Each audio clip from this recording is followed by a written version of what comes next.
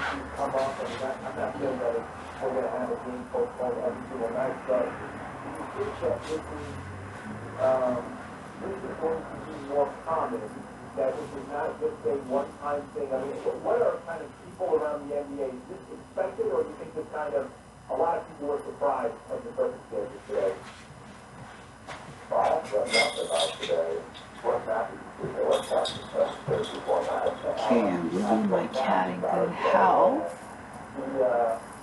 Got the video going. Got the radio going. He's sleeping.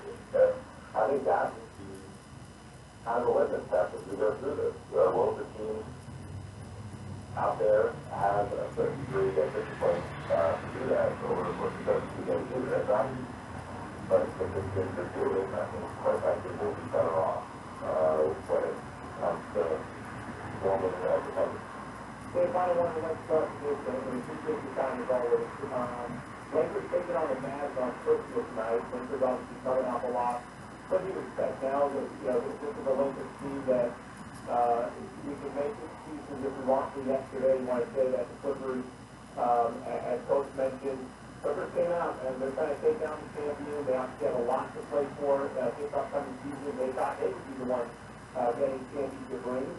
But now you've got one loss under your belt. You've got the Dallas Mavericks and Luka Doncic coming into town. What kind of a Lakers team do you expect?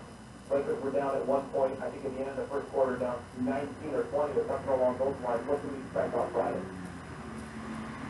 And I was just to wrap up the start season and put that in play after first day. I thought she was a little short leading up to opening night, and this up to me, and it's someone that affected what so we did. They did them all. So that's the time frame that they are thinking internally in terms of making sure that their warning players, their rotation players up to speed, figuring out their rotation, figuring out the right way to ramp up the guys who just finished playing basketball several weeks ago. One of them being an 18-year veteran, about to turn 36. Making sure they are giving them the proper diet and ramping that up without running them out of the injury. And so they are still so talented that without everything being connected and working rate, they're going to utilize them. But that was pretty darn good. And they are led by the guys who I think win them this year. They just bring it from their focus. But I just see them breaking their cardinal rule that they set last year. So they didn't want to lose 2 games in a row. They only did it 3 times all year, which is impressive in itself. I can see them being on the two. And guess what? As long as nobody gets hurt, it doesn't matter one thing. So I think they're going to take some time to get into the form that we were used to seeing them play with down in Orlando. And, Lakers fans don't like to hear that. Remind yourself that they didn't look all good for the seeding games in Orlando either. And then once they found it, they were lights out. Okay, great stuff, buddy. Thank you. Enjoy the next couple days, and we'll go on Friday. You got it. Very good stuff. Thank you. That's the kind right there. I love that. Give us 30 days, and we'll figure it out from there. That's probably the time to look at the Lakers. Okay, a couple things to do when we come back. I have kind of a prediction for Christmas Eve, but I'll kind of explain what I'm talking about on Christmas Eve here. And then also, I got to talk about James Harden. I got to talk about this Coach Coleman, the Thunder and the Rockets. But James Harden seems to be James Harden, the way he treats the documentation of his job. I'm sure there's a lot of fans there that are, sick, or people even say, you're not even a big NBA fan, but you just look at what his responsibility is, what he should be doing for his job. So we'll talk about that coming up next. A lot of still great stuff to get into, and talk about that particular game to Dave McMenamin for taking the time and joining the show. Happy holidays from our friends over at Valvoline. Before you hit the highway, pull into your neighborhood Valvoline Instant Oil Change. Over the 15-minute drive to oil change. Valvoline provides quick and convenient maintenance services for busy people just like you. For oil changes and tire rotations, same day, and in your car, while the expert technicians perform contactless service, making sure you ride is a peak performance. Hold on, drive in, and ride out in about 15 minutes. Visit SoCalOilChange.com for locations and coupons for Valvoline Oil Change Outfield Owners to South Kaplan on the South Kaplan Show. For LA Rams has moved in their new home at SoFi Stadium to Houston and under the superintendent of the West Idaho. While you may not be able to join us in the stadium this season, it's in our way to get you to the Rams house in 2021. We want you to see for yourself how the Los Angeles Rams and SoFi Stadium are truly built for LA. Be among the first to experience the new Rams house. Visit therams.com/2021. That's therams.com/2021. Los Angeles Rams. Built for LA.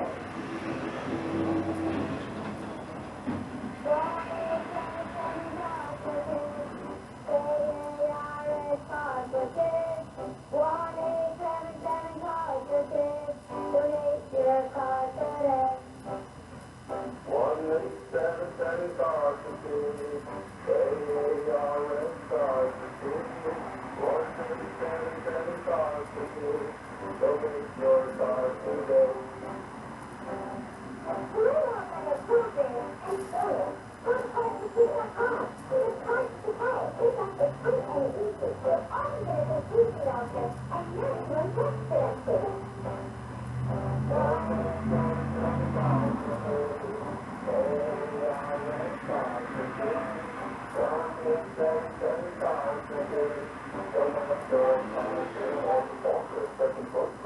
aren't easy, real estate donations. Basketball season is back. Have you signed up for the Lakers pregame email? It's the easiest way to have everything you need to know on game day. For each matchup, to receive broadcast information, projected starters, and historic matchup storyline. Straight to your inbox. Hey, lock in to your Lakers. Sign up on Lakers.com/email now. Let's hear it for our team. Go Lakers! It's the Scott Catholic Christmas Eve and the one and only playoff leader. Alan Brenner sent in tonight with you on 710 ESPN.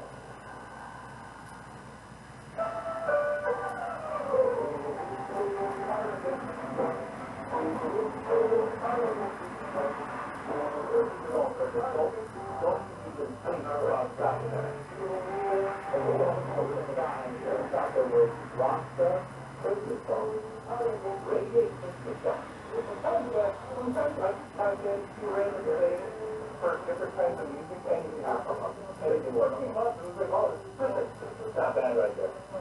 That's not bad right there. My friend Ross right here. All right, so I don't know what you guys do these play-wise, but let me at least let me fully explain this, okay? So I'm not the best when it comes to going to get Christmas presents, going to get birthday presents.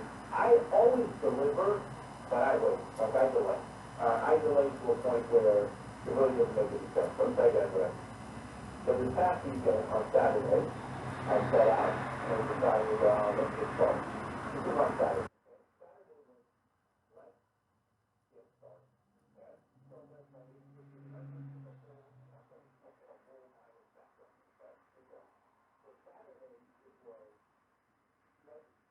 You know, some people like say last Friday, right? It's the day after Thanksgiving, that's like they get moving, they get started. Saturday for me was like I'm early to the game. Like I'm just I felt like I was a few days ahead. So we don't need something going so far out. So that was Saturday. I got a lot accomplished, got a lot done. Sunday goes by, Sunday I was driving back up, couldn't do it on Sunday. Monday I had Lakers talk, and Tuesday Lakers had open night. Tonight I'm doing this. So I will be your all excuses, just like you made excuses for Lakers to the Clippers yesterday, okay? So what is tomorrow mean? Tomorrow means it's Christmas Eve. Tomorrow means if you're out on the roads right now and you're someone like me, I'm hanging out at the Glendale Gallery Center. All right? Oh, no, I'm not for the Glendale Gallery Center. That's bad. We'll be walking around, kind of aimlessly. Sometimes we have a game plan, sometimes we don't have a game plan. That's Christmas Eve for me in a nutshell. Let me tell you something.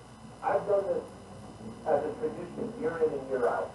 And Kaplan said it perfect. Kaplan said, if you're married, it's probably different. I have a girlfriend, but I'm not married. And she's been doing her Christmas shopping. You know, God knows how long she's been doing hers.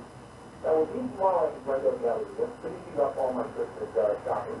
And as I've done in years past, the other people, just like me, we're all making eye contact. Like, everybody just kind of knows each other at this point. Everybody has a similar, we're going to wait on one thing last second. And that's my Christmas Eve. That's what it comes down to. I mean, I'm sure you're one of many people like that. I was kind of bad with them, still not good. There aren't that many people at the mall. I'm telling you, on Christmas Eve, there are not that many people at the mall. Really? Hold on. I'm not kidding. Think about it. Everybody's going to say you waited that long to go Christmas shopping. Most people don't wait that long. Most people don't procrastinate that long. I'm online too. I would have figured that the mall would be packed on Christmas Eve. I gotta go to Costco tomorrow.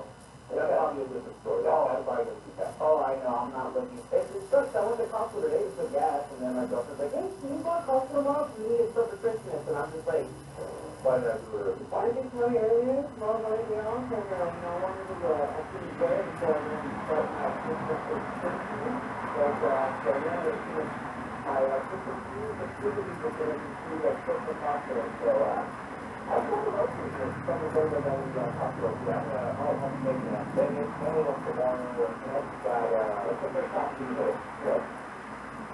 I'm more or less start on one side of the ball and just kind of start going and whatever feels right. I've got to feel, like you have like crazy vision for. Actually, that's a good insight. I've done that before where I'm like, I'm just going to be the idea for this person, and then I just go over that. But I will literally walk on one end and go all the way down. But when I sign at the target end, or I at the main end, I don't know. Not that far. Oh, wow, not that far. It's really easy to I'm doing the social bend. I'll enjoy my evening. I'll wake up in the morning, go grab a cup of coffee, and then I'll figure it all out from there. So we just start putting evening into it, like that. Because we want to take I also do my shopping Saturday out, and I went to one place, got it all done. Got it all done with the target. How about? Oh, that was my car. Yeah, my car. So how do you? We probably not a bad trip. I was talking about brown and we looked down upon them. Just like, I was just like a bad idea at all. I was feeling, I think that mentioned something about cash. No, the cash thing on that. Oh, so that specifically was, Ray was talking about top class, so you listen to what they were talking about. If it's okay to give your significant other the Christmas. I think that was the conversation. You look at that as a that was the school that was that's why I just don't know you.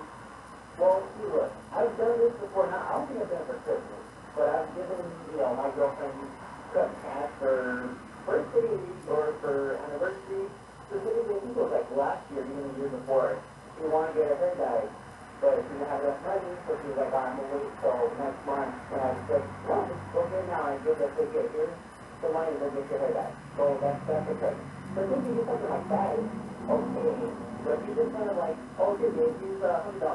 I'm like, all right, unless there's like a student, you did something to it. You did like a handmade card or something like that. It's not just got to be something for the person. You're going to give cash out, there's got to be a discount. It's going to be, hey, here's $50, here's something, $4, whatever it is. And it's just got to go on the service. I used to do my other work where people get every year, and whenever people get it, close to my birthday, get close to Christmas, you're like, hey, they get for it, whatever. Put my hand in the side of it. All right, later on in the show, I am going to ask you guys, let's take it for like 9:30, somewhere around there.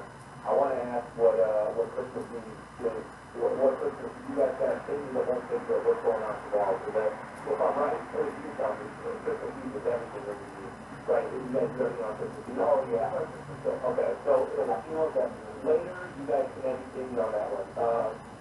All right, so I got to get into this real quick. Thunder and the Rockets being postponed. Let's take this. By the way, can I just say this kind of start things off? What? You already have a game postponed? I think I had this mindset in this gameplay. The NBA has done things so right and so long that I forgot that this is a scenario that can not only play out, it can play out in college without something to do. I mean, yes, I know when the NBA reached out the schedule, they're doing it in 2 parts. Lakers, the first 37 games are out. I get all that. And I'm very, very aware of the risks of not playing in a bubble and what's going on in the country with the United States, obviously going on with COVID-19. I get all that stuff. But how do you just kind of put the NBA in its own little pocket, its own little area, and kind of almost convince yourself that the NBA, they just don't run into things like this. They've already thought of everything. They're playing steps when everybody else is playing steps. It's just 4 steps ahead. And then here we are. Last night was opening night. You had 2 games. That's it. 2 games.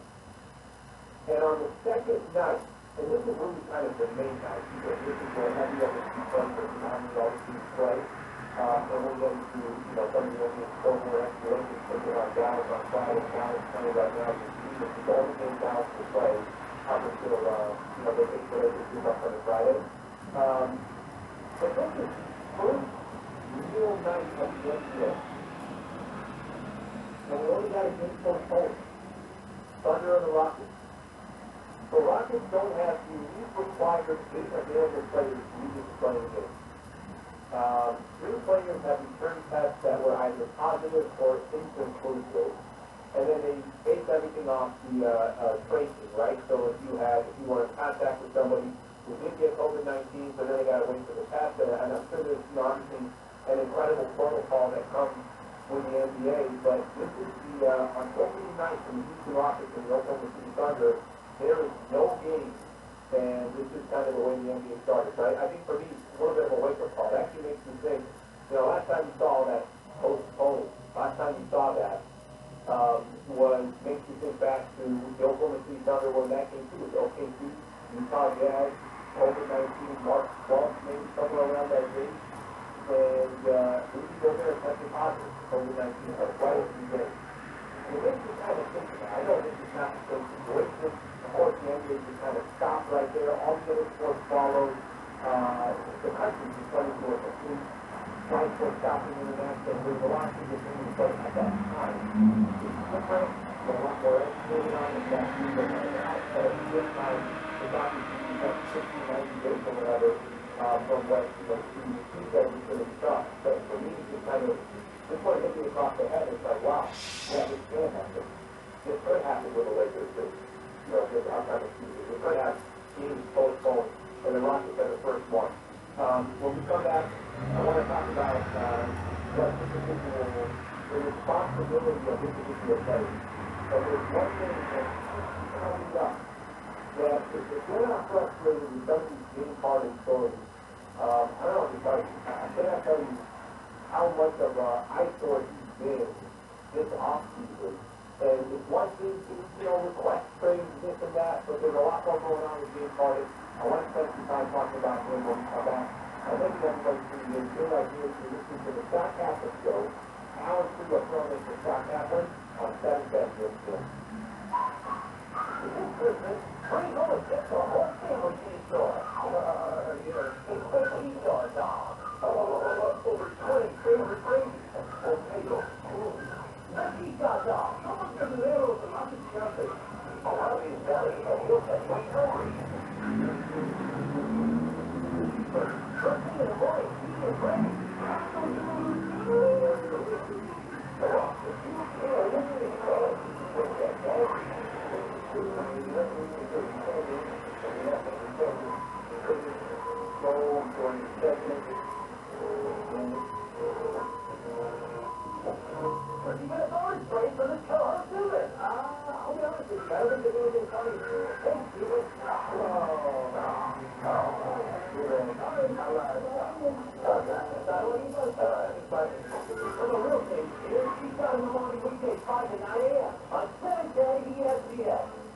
We brought a pie. She brought us evidence on Newtown. You were at the Christmas letters. Hers was a lineup one, too. Now the thing together. She's questioning about it. Oh, look at them. Just as you started overthinking everything you should, you noticed she just added more ice-cold Heineken to the bucket of ice-cold Heineken. You crack open a bottle. She cracks hers a little louder. Heineken. Sometimes one-uppers, too, have their upside. Must be 21 plus to purchase. Enjoy responsibly. When you're crazy hit, we stop it. Because nothing's better than our wasting. Letting yourself watery, soul satisfying flavors. You fold it, you scent it. You lemon pepper and spicy cooking wherever you choose. And you'll be satisfied. Go to Woodstock.com now. Get your little spicy cooking and for a little time. Use your food without all of those buttons for making that sound. Rub your buttons to get yourself. Use Woodstock.com. Here's the Phillies like playoff single review tonight. On the Scott Kaplan show, the most different edition. There's nothing but holiday cheer, like Alex Lua. Right now on 2020 FPL.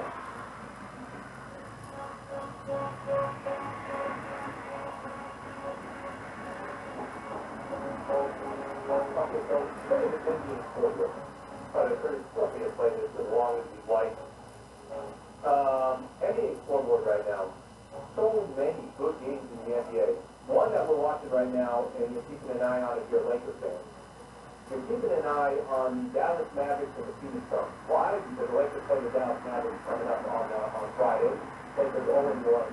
I had callers calling in yesterday at 14 show. A couple callers calling in earlier today too. They want the new starting lineup. The ball, they're going for the ball right out, and they actually for that, according to it. And by the way, I say I've broken around because we all live in the moment. If Lakers come out on Friday and they handle business, they lost to Dallas Mavericks and, the front court as well, and the bench players are all contributing, Laker fans are going to feel it to play. But when you're coming off a loss and the Clippers, and by the way, that game was incredibly meaningful to the Los Angeles Clippers, when you're coming off a loss, of course, you're going to start pointing at, okay, well, what does he do right, what does he do wrong? So Suns up 39-37 against the Dallas Mavericks, Lakers to take on the Nets. This is a surprising one. Denver Nuggets in the Sacramento Kings going into overtime, tied at 112 apiece. The Utah Jazz up 29 against the Portland Trailblazers. I don't know what's going on there. Utah 29, 34 against Portland.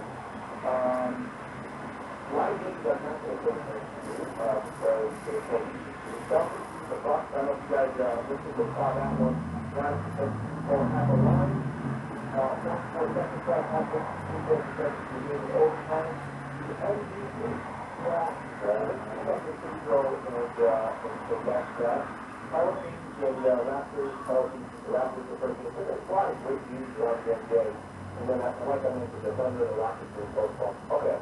Let me hit on James Harden a bit. So, James Harden was fined $50,000. So read out a couple things here on ESPN. Fined $50,000 and was unavailable due to a violation of the health and safety protocol based on a video published by Black Sports Online that has been circulating these days and will be appeared masculine attitude control.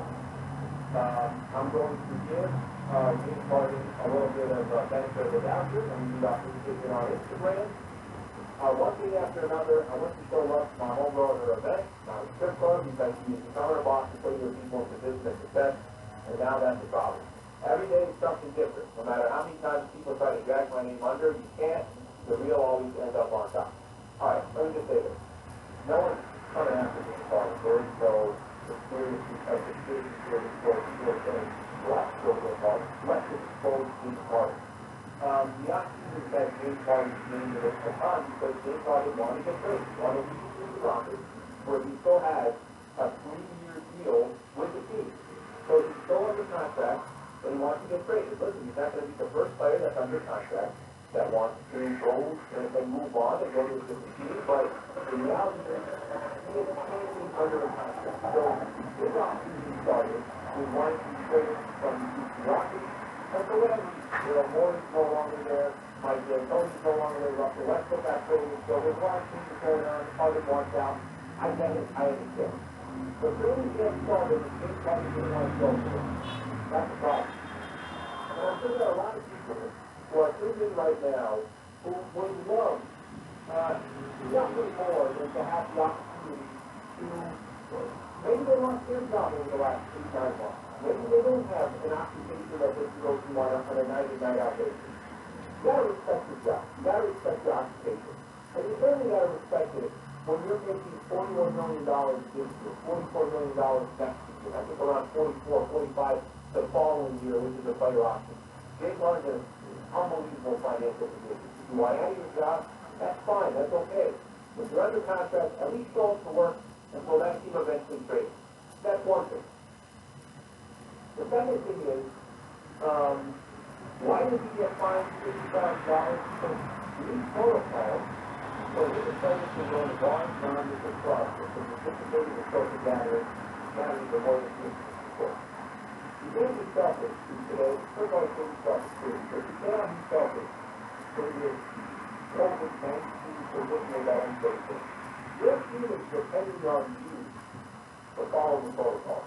By the way, this game the Houston Rockets and Oklahoma City Thunder, that game being canceled, that is not a connection to James Harden. There's other reasons why that game was canceled. But these are decisions that James Harden has been making this entire offseason that just makes him look bad. That's it. More than anything else, it makes him look bad. And on top of that, you're affecting your team, you're affecting your franchise. I don't really know how to look at James Harden anymore. I just know that it's frustrating as somebody who's a fan of the game, watching one of the best players in the NBA think that he can just do whatever he wants. I don't care. It doesn't matter. I can disrespect the organization, the fan base, the new coach. kind of add this COVID-19 element to it, yeah, let's just say that, it's been a bad 2 weeks for Green Party, and if he's trying to play the part of, well, everyone's against you, and, I read off Instagram, his posts on Instagram, it's not a fan of it, I'm really not. I'm sure there's a lot of NBA fans that are not a fan of the way Green Party has treated this offseason, to say the least. All right, 877-710 ESPN. I'm going to squeeze in a quick call here. Scooter in Los Angeles. Scooter, I appreciate you calling in. You're on the Scott Kaplan show. Alan Stewart throwing into Scott Kaplan. What's going on, Scooter? Hi, Adam. How you doing? Good, man. Thank you for calling in. What's going on? I just want to say, when they got Marcus Charles, I knew it was a bad guy because all the way block shot and rebounding were really good last year. And when you get out, when you can see it all, man, and if it ain't broke, don't fix it, man. But when you see the foul, he can, always bring it in there. He's supposed to be smart, which we always say about kind of athletic pro players. But I didn't see it, man. I was told I'm wrong, man. But they should have power for you, man. I'm just going to tell my player that time. Shoot up, we think about this. Two different times. Just trust me on these 2 different times. I was trying to get the case on this, and I'm going to actually get into this real quick. Let me kind of explain what yesterday's game was. We didn't talk about it from the Lakers perspective. Let me put it from the Clippers perspective real quick. Where was that motivation last night? All right? And this is not to be, I'm not trying to make excuses or justify anything, but I will tell you, if the Lakers are having issues at the center spot with their bigs in 30 to 60 days, then come back, talk to me, and I will acknowledge that it's an issue.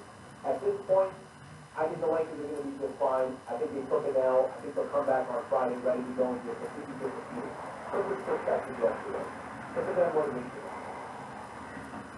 Clippers have more than 2 right now than the Lakers do. Lakers are already champions. Last night, Lakers were sizing up their ring for championship number 17. They have what the Clippers have never had. And Clippers are trying to get to their level. And when I'm saying trying to get to their level, I'm not even talking about winning championships. I'm talking about just face the Lakers in the postseason. Last season, the conversation was all about the Lakers and the Clippers facing each other in the playoffs. You know what the Lakers did? They got to the Western Conference Finals. You know what they did after they got to the Western Conference Finals? They sat there waiting for the Los Angeles Clippers. It was what, 3 games to 1, double-digit lead, chance to close out the Denver Nuggets. They were Clippers up 3-2, double-digit lead, chance to face the Los Angeles Lakers. They lose. They do it again in Game 7, and the Lakers-Clippers matchup never materialized. Will this season be any different as this question mark? Michael Thompson was asked to Michael Thompson. The Clippers are the best threat to the Lakers. That's the second best team in the game. I feel like I'm not including with it. I got Denver there. I got the Utah Jazz there. I got Portland. Michael's picking all these other teams. He's not putting the Clippers in that conversation. I have no idea what ends up happening to the Los Angeles Clippers this year. But what I will tell you is that the way the Clippers will be judged this season is 2 different ways. How do you perform in the postseason, and how do you perform when things are down? Usually the Lakers on opening night was a big moment, not a big moment, a big deal for the Clippers, but it will be irrelevant until playoff time. Paul George can go out and go 13 of 18 and throw up 33 points. But he's got to do that in the playoffs, in the postseason. We'll see if it's the Lakers and the Clippers. For those who are concerned about the Los Angeles Lakers, I'm telling you, do not be concerned. Radar coming up next. Stay right here. You're listening to what Scott Kaplan go out here. Don't miss Scott Kaplan on 710 ESPN. This holiday season, 710 ESPN supports our advertising community. LAPD would like to wish you happy holidays and remind everyone to be safe. We know it's been a difficult year, but we need to continue to maintain proper safety precautions and work through this together. The LAPD is dedicated to serving Angelinos and our community. Visit us at www.joinlapd.com. From our advertising partners for our amazing listeners from all over here at 710 ESPN. We are all one voice, one community. We are the voice of LA. Coming now to the Ram Extended Sales event where we're serving great deals because we are all built to serve. Right now during the Ram Extended Sales event, get employee prices all on the 2021 Ram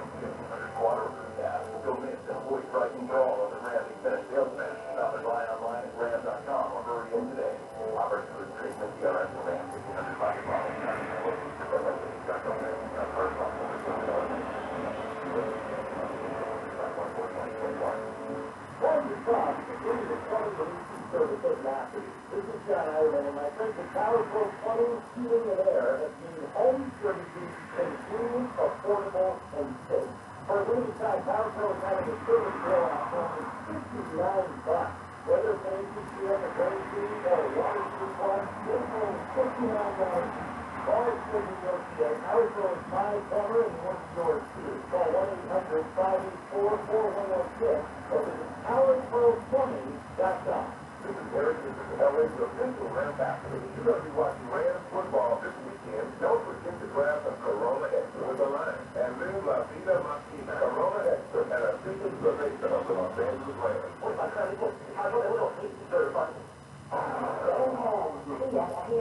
Hey, this is Scott Catholic Show, because the LA Sports Talk don't stop. Right here tonight on 710 ESPN. It's time for the stories that you'll be on your radio.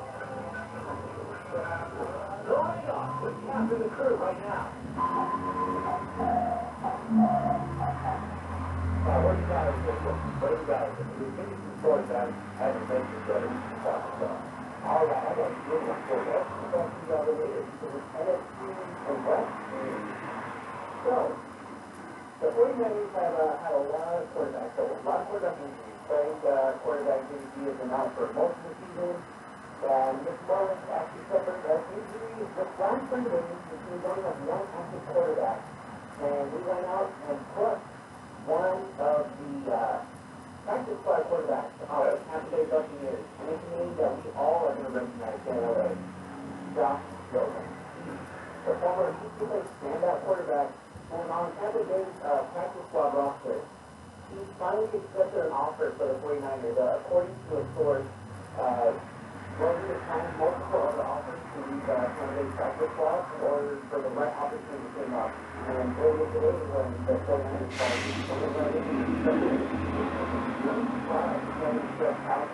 for a possible right on the roster to be fantastic.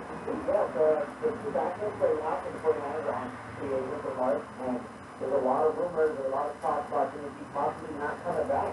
This is a great opportunity for Josh Rosen showing that, he can still make it himself because he has like maybe one real shot, and then that's it. Like, he's kind of just falling off. He fell off quick. Originally he kind of moved back. He got a different quarterback. Yeah, so many different opportunities around the league. Rosen, and I'm not even trying to say that I've been following Josh Rosen for his entire NFL career, but when you throw out that name, I'm like, that's a cool opportunity. And a 49ers team that, like you said, this is based on what happened with the Super Bowl, the last Super Bowl. We'll see what we do with that opportunity, but I'm sure there's a lot of UCLA along out here in Southern California that will see what Rosen can do with the 49ers. Get home here. Josh Rosen, 23. I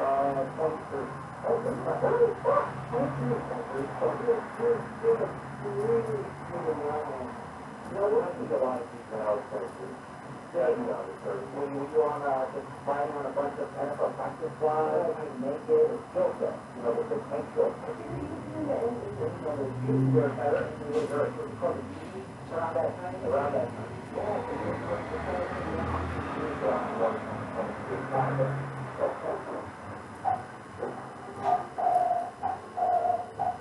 All right. If you thought that CSU story was good, earlier, I got an example of it. Becky brought up that KFC is trying to make this console that will not only be a gaming console, but that can also include more months with chicken. And I was trying to explain to Becky, I don't think that's going to be very well sales. What else you got? All right. So, did you hear a story that happened earlier this month about an Israeli scientist saying that, he reached out to the Galactic Coalition? Every time, like, don't roll the podcast, we set podcast again, but every time they have some scientist that's on there, anything's got to do with aliens or what's going on in other parts of the universe, I always get most of those, and I know nothing about it, but they're fascinating, because people are a lot smarter than me, so that makes you learn a thing or two. What do you got? So, earlier today, a report published by the New York Post from the NASA Jet Propulsion Laboratory and California Institute of Technology, right over here local. So, Researchers there believe that the galaxy might be home to alien civilizations that destroy themselves through technological advancements that eventually led to complete destruction and biological That sounds like our future. That literally sounds like our future. Well, that's what the this report kind of goes on to say that if an intelligent life is likely to destroy itself, it is not surprising that there is little to no intelligent life elsewhere. So they were saying that, and it's not something that's happened recently, so we go in and go into the numbers, saying that if you're wondering why we're still alive, it's because we as humans are billions of years behind those now dead civilizations. So apparently, I might take that tonight and just go to bed without thinking about it. I mean, I think it's completely naive to think that we're alone, But it's fascinating. Like, that is fascinating to me. And the way you described it, one of the, in my opinion, one of the most important people on planet Earth is Elon Musk. And when you hear Elon Musk, like, talk about AI and artificial intelligence, or you hear a lot of other people saying, the technology is slowing down. It's slowing down. That's why it's slowing down the creation. That's what we see from the book. I mean, that is total sense. I mean, we have to be how far and how quick, 100 years ago, What was this world 100 years ago? this was 20 years ago, and it's completely different. So it's crazy to think that, billions of years ago, these alien civilizations were a lot, maybe Star Wars military stories, that they got too powerful for their own being, they got too smart for their own well-being, and it's very similar to how, we're kind of super engaged into our phones, and it's very well to lead. Very, very easily It distracted. can lead to that complete destruction and biological degeneration. Is this bad? You guys do this or not? And this has become, I think it's bad. When I wake up in the morning, first thing I do is grab my phone, I spend time on Twitter, I spend time with the news, I don't know, get out of bed, and I'm on Twitter, and stuff like that.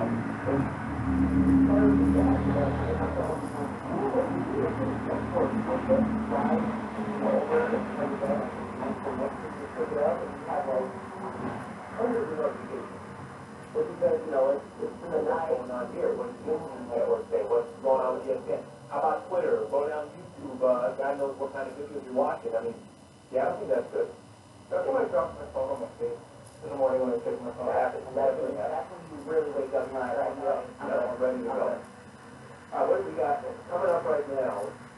Yes, what am I promoting? Am I promoting Jordan? Jordan's at 9.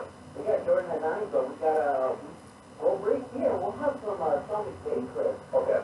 Let's do this. So when we come back, by the way, how freaking good is this matchup coming up this weekend? And this is coming from the guy that last week was saying, don't worry about it.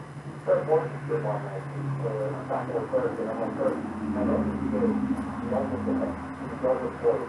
But I'm going to look forward. And it's Seattle, Washington, Los Angeles, but we all know that happens to be the Rams lost to the Jets. That's actually Kirk right after that. The Kirk got Jets, you were right. And that's a former NFL player, who knows exactly what he's talking about. When we come back, Sean McVay talks about the upcoming weekend against Seattle. Pete Carroll talks about the Rams defense.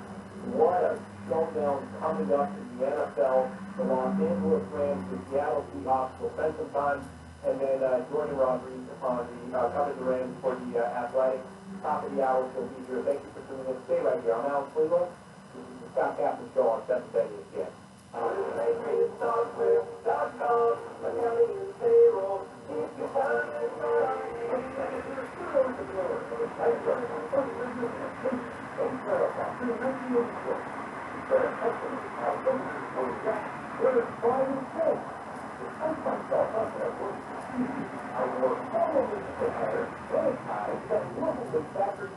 Every day, I was a total type-A business geek, crunching spreadsheets for my accounting.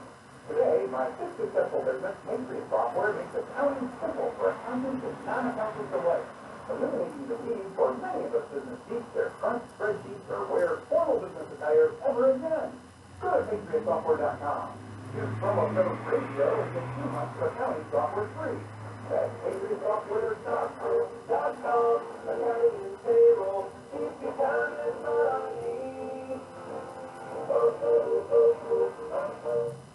is Dallas Hall, owner, overseas Mazda. There's one of the leading good police events. We have over 200 of the leading sponsors for LA. The Mazda is a prize. 0% financing after 60 months. Plus, no payments from my dealer. Plus, up to 1,000 custom staff. It's totally California. From downtown LA to the west side, Mazda needs to the drive. Overseas Mazda. Have a safe and happy holiday season, LA. This holiday season, 7th ESPN supports our advertising community. Hey, sports fans, this is John Gable, General Manager of Hustler Casino. On behalf of our owner, Larry Floyd, and the entire Hustler family, I wish you and yours be happy to stay safe this holiday. 2020, well, it was a bad year. You know, we're looking back into the new year.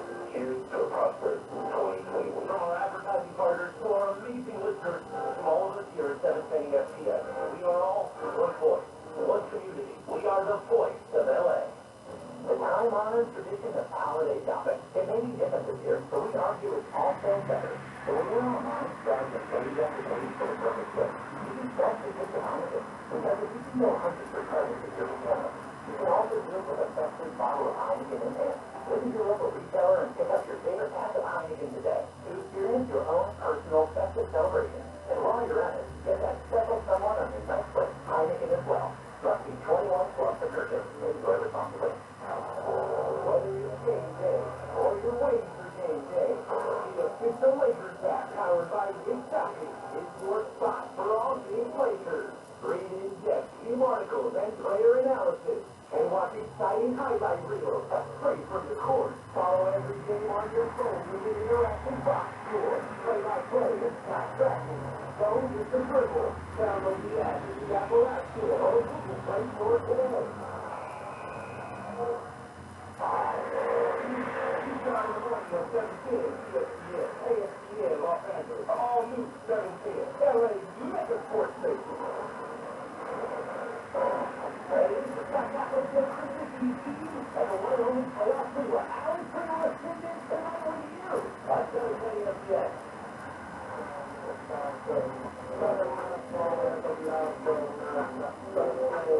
Right, so as I sit here and the Bulls, Lakers, and the Dallas Mavericks coming up on Friday, how about Seattle Seahawks and the Los Angeles Rams on Sunday? You know what the best part about that game on Sunday is? Lakers got a game, and the pregame show doesn't start until like 5:30. 7 seconds to watch. The entire game, which is at 125, Rams and the Seahawks is in Seattle. Just a fantastic matchup. And look, here's the reality. The reality is, yes, we can criticize the Los Angeles Rams. They should be criticized. How do you lose to the New York Jets? 17.5-point favorite. I'm barking on the Mike last week saying that we weren't just not paying attention to this. What's the report to Seattle and the Rams? But with all that being said, Rams still got a chance to win the division. And we'll have to start this weekend against the Seattle Seahawks. And it was going to carry the Los Angeles Rams all season long has been the Rams defense. Take a listen to Pete Carroll, coach of the Seattle Seahawks, talking about what to expect from the Rams defense. They're a terrific defense. They're out ahead of everybody right now. They're all fucking moving back to their good defense. The run line is just kind of falling into what you have to really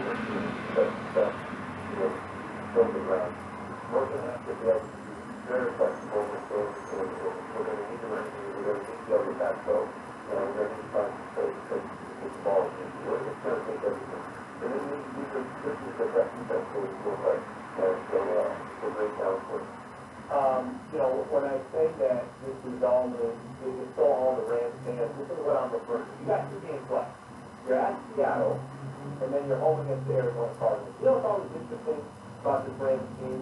And, you know, as I kind of sit here and I say, they're home, so whatever the case is. Team Black will win the division. You don't win the Black team. Let's say it's Seattle, and they're very happy.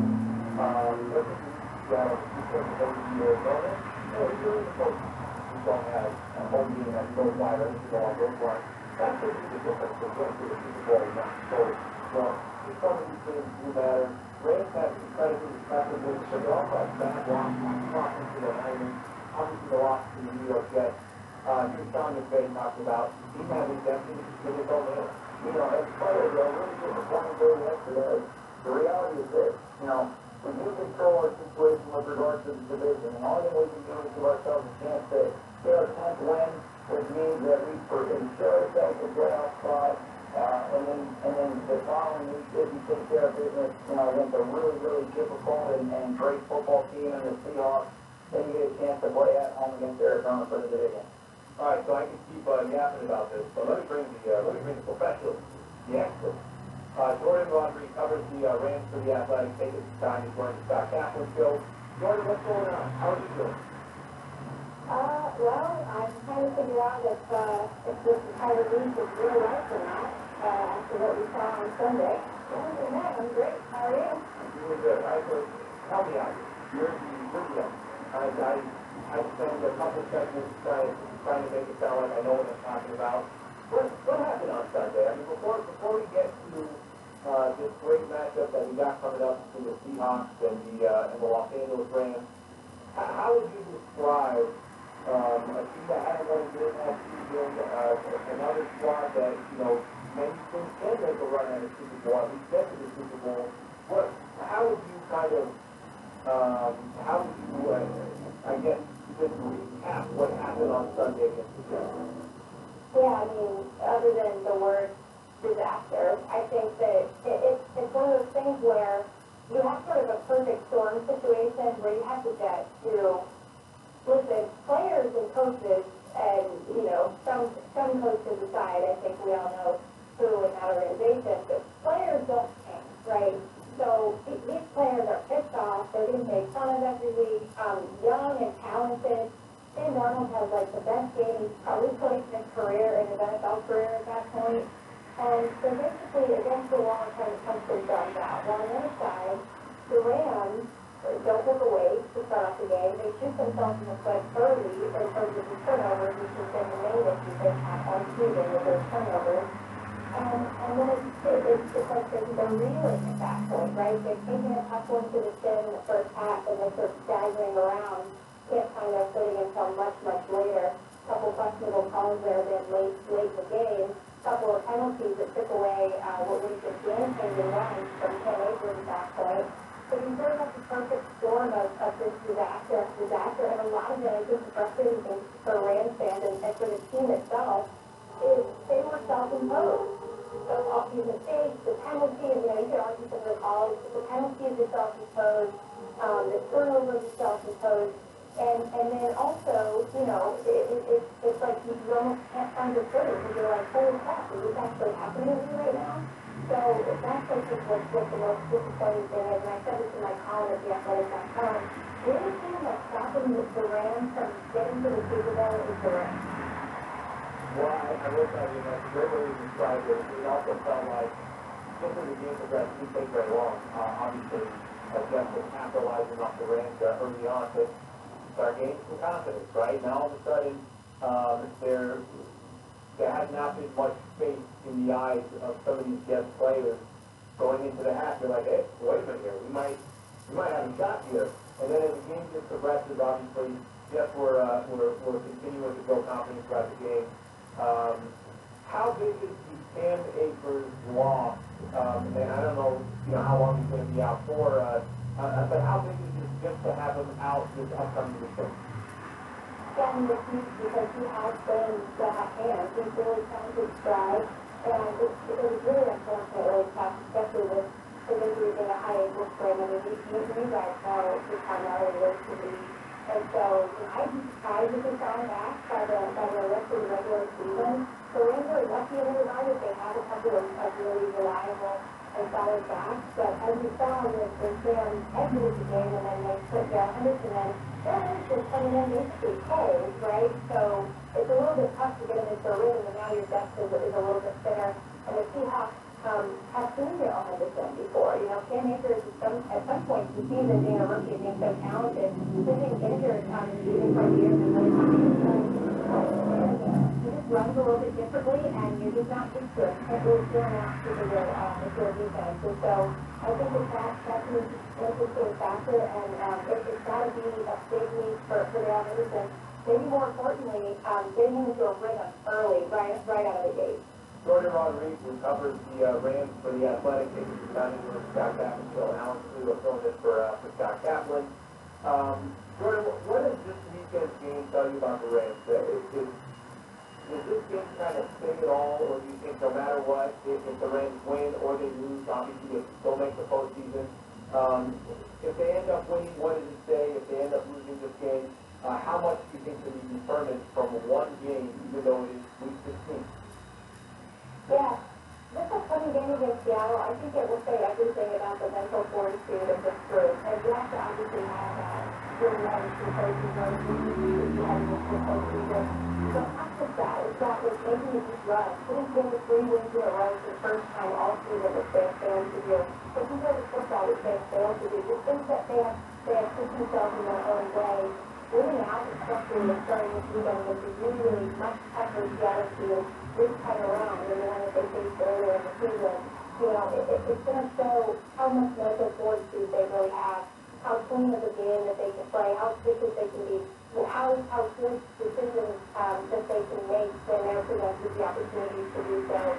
And you basically look at it as, okay, we have to erase whatever happens up to this point in the season. We have to just erase it. We have to erase our turnover margin. We have to erase everything that, all of the moments that happened, and act like our season is starting with this game on Sunday, because that's really, when you look at how tight the NFC West is, this is where the postseason really starts, if you're in the Rams, in the Rams head. So now you just got to start putting them together. Where do you see the Rams in the postseason NFC as a whole? And again, I think you're right. This weekend's going to cover a lot. You got 2 games left.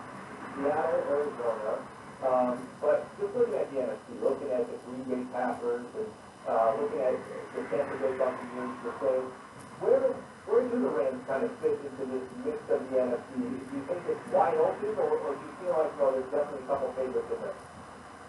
You know, I would say I'd probably say Green Bay is a little bit more favorite. The Saints, we've seen anything that happen. Tampa Bay, we've seen anything that happen. The Rams themselves demonstrated that. So I think the Rams are in the mix with teams like that, where, and I said this before too, I think they can match up well, particularly defensively. I think they match up well against any team that they may face, any team in the division, any team that they could face them. So I think they match up extremely well, particularly defensively, and definitely have the tools on the roster. Really, and you know, I hate to sound like a sneaky wheel here, but it's just really going to come down to just taking care of the football stats down the stretch. Who's staying the healthiest down the stretch? Who's not making these mental mistakes? And so it's kind of tough to say with the Rams, because they'll come out and kick the doors down every 2 weeks. Leave the third one that you're just really confused about. So you're like, all right, well, you need to win at least 3. It's the playoff run going here. So it's going to be really, really interesting. I just can't say that week over week. Jordan Rodriguez covered the Rams for the Athletic. Scott Kaplan, so Alan Sluga filling in for Scott Kaplan.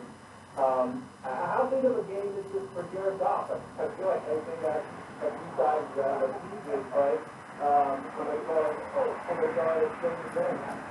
What kind of question was Jared Goff this season?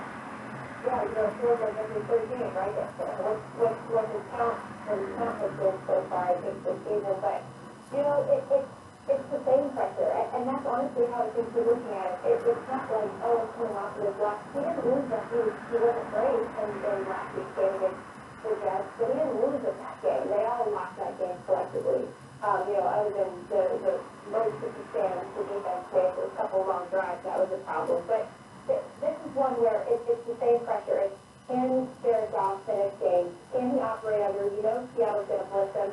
They're blitzing Jamal Adams really, really effectively and efficiently. Jared Goff's been working well against specifically the blitz, but less well against just your 4-man pressure. You know, they've got guys obviously the roster that's going to make it easier for them to rush your score. It's one of those things where Jared, you've got to put it all together. All the little lessons you learn from week over week, we're chasing most of those lessons in a really complete Seattle defense. And so it's kind of like, a macrocosm of all of the smaller games and all the smaller moments take place throughout the year. And in that sense, I think that's a high-pressure situation. But in the mind, if you're in the mind of Jared Goff, you have to just think, okay, I'm facing the same questions that I face every week. Can I take care of football? Can I finish drives? And those are going to be what the real keys are. Jordan, this might be the most important question that I asked you out of all the questions I've asked you so far. I'm still finishing up my Christmas shopping, and tomorrow I will be at Glendale Galleria to continue to work on that. What do you think, for somebody that waits that long, how would you kind of, you're giving your affect the football, you're going to affect football, you're going to affect procrastinating this one, is that a lot? I better answer it, because if you have not figured out by now, if that's your metaphor, I think you might have an issue there. But in terms of your shopping, Nobody's at the mall. I'm telling you. I have utmost faith in you to secure whatever you need to secure over there. I have the most faith in you. I like how you're still interested in football terms and everything else. You're really gonna play a complete, every 3 downs, you're gonna battle. You're not gonna get yourself back into a corner. You're not gonna drop your shopping bags on the escalator and hand them off to a stranger. You're really gonna finish the deal here. Have you ever done on Christmas Eve? Have you ever run Christmas shopping on Christmas Eve? You know what, I have before, and I actually in high school, I worked at Christmas, so I worked in retail, and I usually sold the Christmas Eve and the Black Friday shift, so that's not really crazy. Well, this is like doing on Christmas Eve. Okay. You know, there's part of the amount of people that Black Friday and Christmas different, but Christmas Eve, I think there's a lot of people that I've already done their shopping done. In my experience, I don't think it's that bad. I don't expect a lot of people to come. You know, I think it's a little bit of a different sort of mentality too, because if you're going on Christmas Eve, you're like in high stakes, heavy efficiency decision making, right? Like you're in a tunnel at that point. You're going from point A to point B to point C, and then you're getting out, right? So people are not buying with Everybody's on a mission. Yes, everybody's got a job to do. That's awesome. I thought, well, now you know what I'm doing. Time to go to the show, and I think we got such a great matchup coming up this weekend between the Seahawks and the Rams. So thank you for doing this. Have a great weekend. Very awesome. Okay? Yeah, thanks for having me. Christmas to you boys, and y'all take care of you safe. Let's go ahead and the Athletic coverage, the Rams Street Athletic. Fantastic stuff. He literally was talking all football terms when it comes to my shopping spot. She must have picked that up from something. No, she had it down. She started going from like reporter questions at me too. I wasn't ready for it, but she definitely had it down. Okay, so I'm gonna shift gears here when we come back. All right, so there's a really cool story that DeMar DeRozan was sharing about Kobe on the All the Smoke podcast. All the Smoke is the Matt Barnes and Stephen Jackson podcast. That podcast is done with unbelievable. You come back, I do want to play this DeMar DeRozan story, but we'll talk a little bit more about this. Taylor Horn's not really get all that much playing time, and I know the fans complaining about that.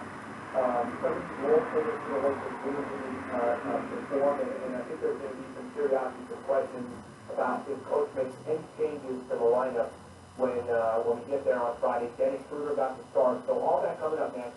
Appreciate you guys tuning in. Alan Stulo filling in. Scott Kaplan on the Scott Kaplan Show. 7:10 ESPN. A brutal loss in Week 15 to the Jets. And a little Christmas cheer can only inspire the LA Rams as they head to the Pacific Northwest for a monster divisional battle. Hey, Don Donald and the Rams. Pete Carroll, Wilson, and the Seahawks. Rams countdown to kickoff Sunday at 10:03 a.m. Kickoff from Seattle at 1:25. Rams and Seahawks. Week 16. This is the home of your LA Rams. 7:10 ESPN. Well, we always stress the importance of calling sweet games active military and not dealing with the insurance company on your own after you've been injured in an accident. And here's a real-life example of why. In April of 2020, our CCLU client got hurt in a crash. Her insurance company offered her $1,800 would be considered savings. Unless you prefer to use such software and call Food Save. They have certificate medical treatment you just what you need, and this month, Food Save comes to recover over $100,000. That's 55 times the original insurance offer. Now you can have a better holiday. So, please, calling your right attorney matters. This is why it's so important to call Food Save after user area accident and not to move it alone. Call Food Save after the attorney right away. 800-500-5200, 800-500-5200. Everything's different, and they can't guarantee the outcome, but it's important to get an experienced law firm on your side. Call 800-500-5200 or FoodSave.com.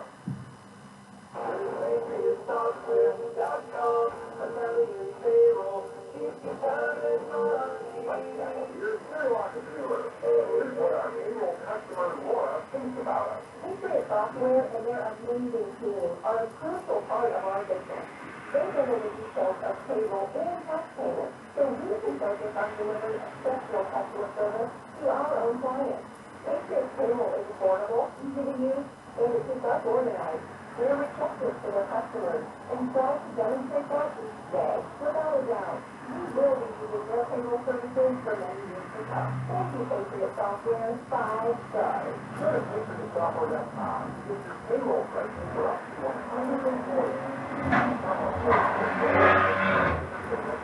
Free. That's Patriot Software.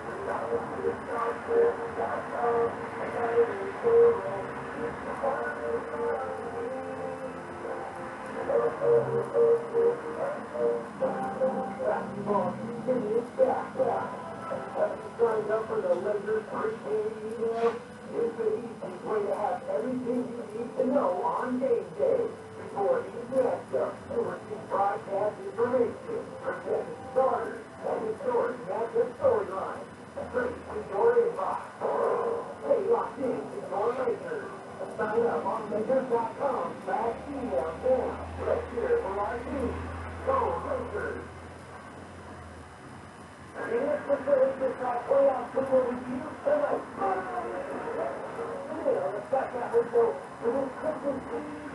It's nothing but holiday spirit. Right now it's here. Right now it's good as any FBS.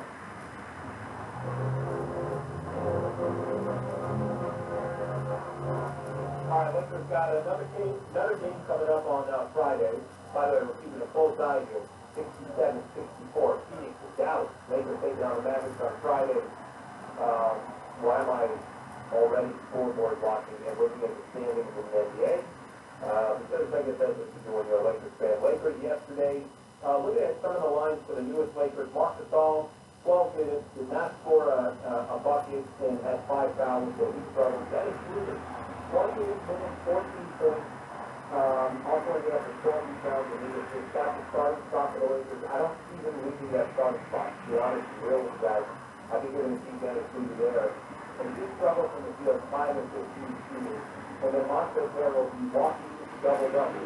32 minutes for the Lakers, 6 or 7 from the field, 5 or 7 from the free throw line, 7 rebounds, 3 assists and a block. Wes Matthews, the last one, 11 minutes, 0 points on 2 shots and 1 steal. So those are the new Lakers. You know, I think there's going to be a lot of great options for Lakers fans to see how these guys do on a consistent basis. A couple guys, I got Dennis Schroeder, Montrezl Harrell, great names, very impactful. And Dennis Schroeder almost had triple-double. His first game was grabbed 12 rebounds yesterday. Well, Marcus on Weston has struggled. That is just part of what he is. Every place is real quick because I was asking Wes, and this is Blue Call earlier today. You know, I was asking Wes and Matthews, you know, it's great. Been at least 12 years. How long does it usually take for teams to gel? How long does it take for teams to kind of figure it? 30 days, 60 days? And I know there isn't an exact, you know, obviously a date or this takes this many games all summer off quickly, but just the kind of the general scope of it. Here's what it happens. Everything is different. I mean, you're right, in different situations, the different outcomes and the different chances to do better or do worse. And so I think that right now, in this frame, in this state that we're in with this team, yeah, I don't know that we're in the curve. I mean, that would be all someone restarting like this, you know, for anything that, you know, the first road trip, you know, it's usually something in the season that, a benchmark in the season for every team that, you know, whether it's different. And, you know, what it is for us, not sure. But I'm very happy to see the long time that he's on the team, you know, and even more so the IQ level of the team that the curve will be, drastically shorter. Fine, that's what Matthew's right there. You heard David Benjamin a little bit earlier. I think it was David Benjamin for joining the show. Anthony Gordon on Reeves covers the Rams for the Athletics for joining the show. And Benjamin said that he has a source that says he's only for 30 days in the sense that let them get their feet under them. Let them get the timing down. Let them, you know, they're not going to look at this regular season like other season. They're looking at this regular season. It does seem like the Denver Nuggets. Oh, no, this is Thursday. Yeah, this is the Portland Jazz and the Portland Trailblazers. You need to win these regular seasons because you and I may not be looking at home court advantage 6-7 months from now. But if plans go as planned for the NBA, based upon what happens with COVID-19 and all the protocols and so forth, if those plans go to where the vaccine has a significant impact over the next 6 months, let's say, and they're starting to let fans back in, well, home court could be the difference of the Denver Nuggets or the Portland Trailblazers or the Utah Jazz or the Milwaukee Bucks or the Philadelphia 76ers. Teams that really need the home court. So, you know, Lakers, big picture, give us some time. If you guys can go to your local store, no, I'm telling you, there's nothing to worry about yet. Give it 30, 60 days if you got to reach there, then it's top side. DeMar DeRozan was on the All the Smoke podcast. He's got a couple Kobe stories that I know every time the Laker fans out there get a chance to hear Kobe's story. First of all, you know, obviously he's always tough. You know, it's crazy. It's almost actually been a year now. Almost been a year that Kobe passed away. Obviously, T.J. Bryant as well, and the 7 others in that helicopter tragedy. But it's almost been a year, and yesterday was one of those moments where you got a chance to see the championship ring. It was significant yesterday because there was also certain details to the ring that represents Kobe, of course, through that championship run. But the DeMar DeRozan, on kind of the lighter side of things, was, I had a couple stories. I had a couple Kobe Bryant stories with Matt Barnes and Steve Jackson. I always like this one. This is when he played Kobe. He played Kobe wearing Jordan. Listen to this. And he's like, when you play with Kobe, you wear shoes? I'm like, well, I haven't yet. Like, what? Like, nah, they were supposed to wear like your opponent's shoe or blah, blah, blah. I'm like, oh, all right. So the next time I played Kobe, I wore some Jordans. As soon as I walked on the court, Cole was like, oh, that's what we doing, Mom? Hey, did you say that to me?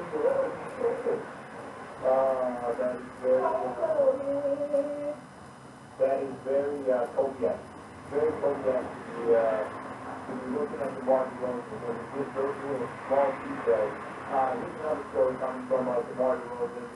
This is on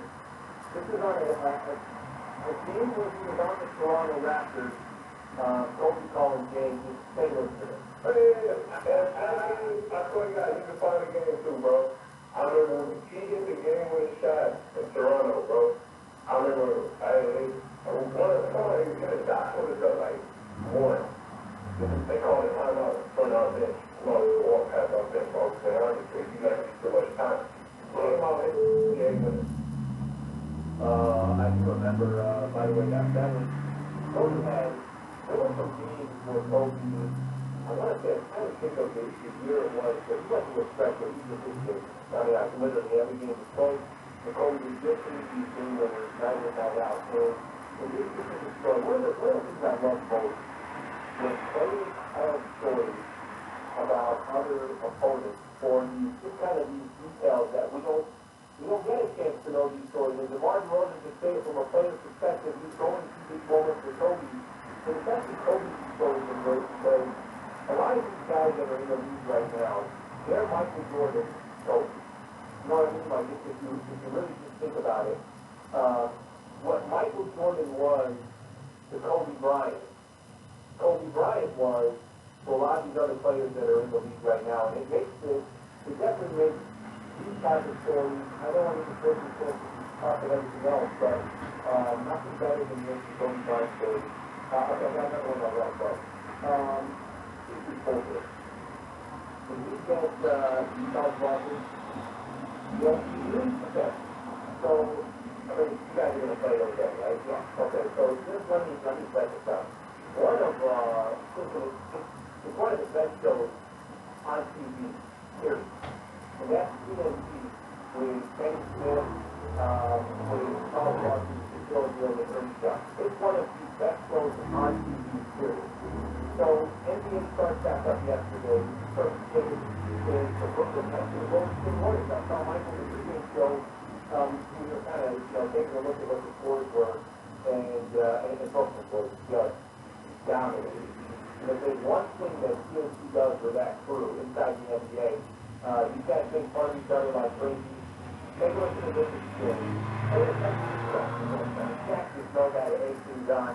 Here is Charles Barkley interviewed Brooklyn Nets on the competitor right after the game. So let's talk about you coming back for a playoff last year. So you had just been working on your game, trying to get back the confidence in this deal, really, to be honest, correct? Yeah.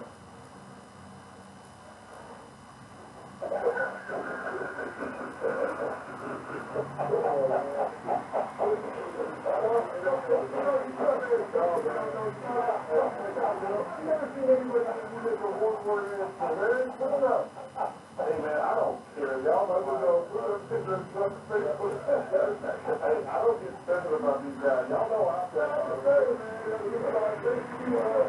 I had a series of announcements from the young people. Anyway, just feel it's just this person. What's your spirit about? Okay, y'all. So that's part of the whole story. The way we were solved is that Jack is the FBI. Jack is the FBI of the Taliban.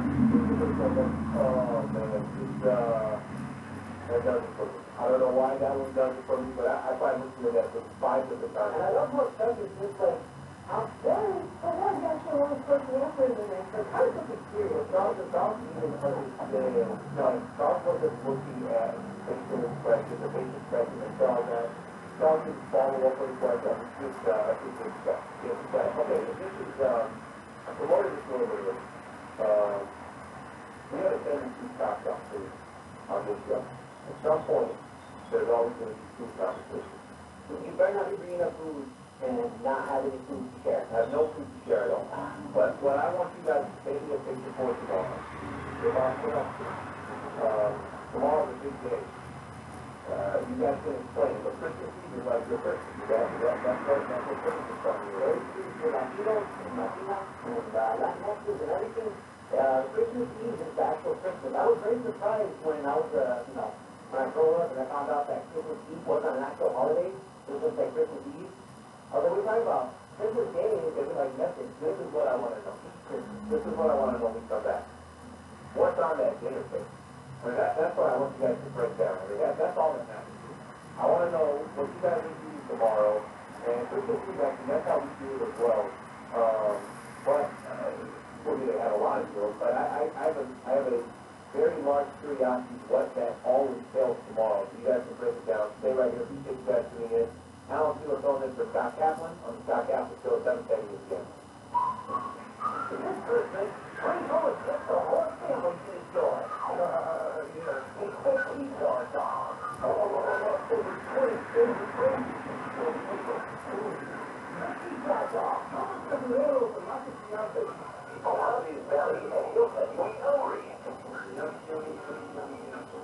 Cheeseburger. First thing in the morning, tea and gravy. Oh,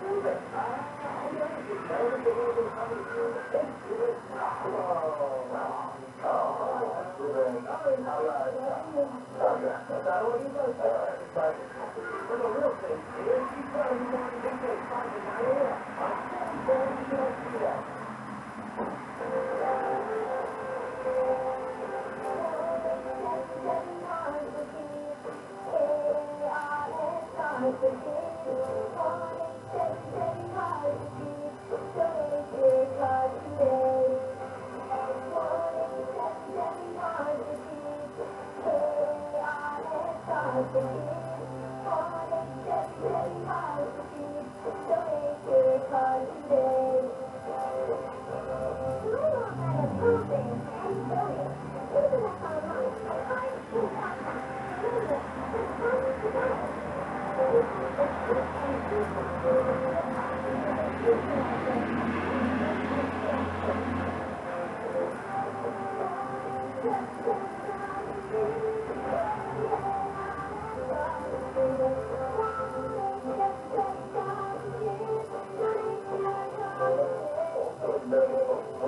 aren't easy real estate donation.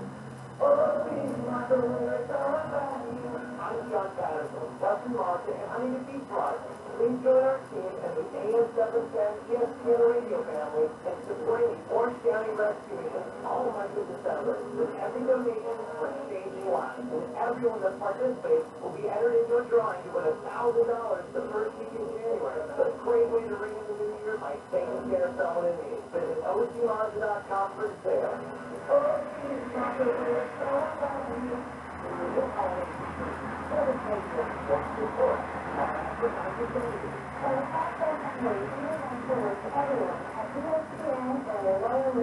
Happy holidays. We also want to take this opportunity to thank all of our employees for their dedication and hard work throughout this challenging year. May the new year bring you and your family health and happiness. Sincerely, Powerful Family. From our advertising partners to our amazing listeners, from all of us here at 710 FPS, we are all one voice, one community, we are the voice of LA. A brutal loss in week 15 to the Jets, and a little Christmas cheer can only inspire the LA Rams as they head to the Pacific Northwest for a monster division battle. Hey, Colorado Rams. Pete Carroll, Wilson, and the Seahawks.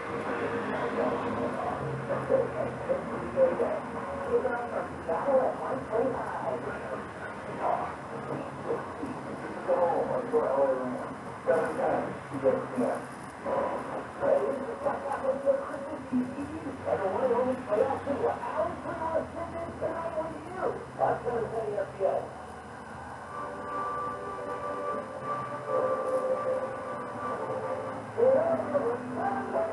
All right, we're getting to the evening. Just learning one more about the okay, this is what I want to know. By the way, if you get that sitting there now, for the front of the Scott Kaplan show. Big couple meetings coming up here in LA. Lakers taking on the Dallas Mavericks. That's coming up on Friday. The Rams and the Seahawks going at it on Sunday. God, how good is that game going to be? Okay, so this is the question I got. Starting 2-19. So you guys were letting me know that tomorrow is a very, very important day for the season. A lot of my teammates are here in the WCW. That's there for the family staying together. I know it's different this year. But I'm imagining food is a very critical part of what the Wallace festivities are going to be. Curtis, what's going on the dinner table? What's that look like? Can you help me out here? Just kind of, actually, by the way, part of it's something that says that I'm sure your table looks a lot different than others. My table looks a lot different at my family costume than a lot of other families as well. So, what do you guys do? I'm really sure that's right. Y'all know I'm not mentioning all like, what's my family? We keep that together. But it's also, I don't know if it's raining, that's the, I think like the happy thing, I know a lot of other families are also good together. But for us, you can say Christmas is like that, and then I'm on my dad's side. So you hear that? But then you also see tamales and next year, tamales. So here, this time, this is not so much because everyone's all over the place. But that's easy with it. What's the worst thing about it? What's the worst thing about it? There's also, might happen one person that I remember who was, there's two potatoes among too, correct? It's kind of a strange thing. I wasn't ever a huge fan, but he loved it.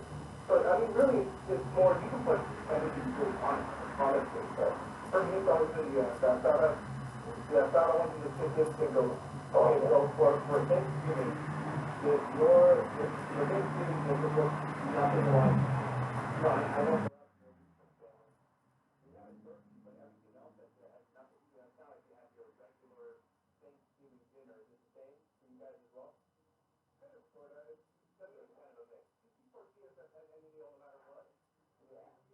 Every meal, kind of mixed in there with whatever else is supposed to have. Yeah, you get a nice mix of, Hawaiian rolls in there with the rice, and the mashed potatoes, and you know, the last thing you actually have some cranberry sauce. It's very well. That's foreign. That's foreign for it. That's foreign for my I can always bring it on the heat on the heat doing that.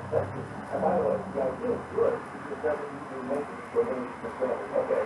So keeping that in mind, I'm going to just kind of explain to me here what's on your guys' dinner table.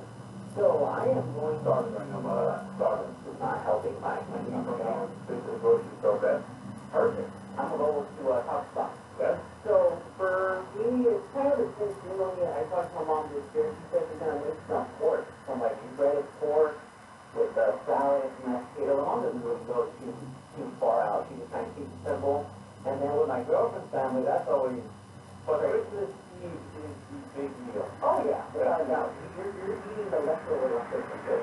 I remember going to, I remember guys used to go on Christmas Eve, and then Christmas Day, you know, just all hang out for a little bit, but, you know, Christmas Eve, you don't always see the fight whether or not we wait until midnight to open the gift.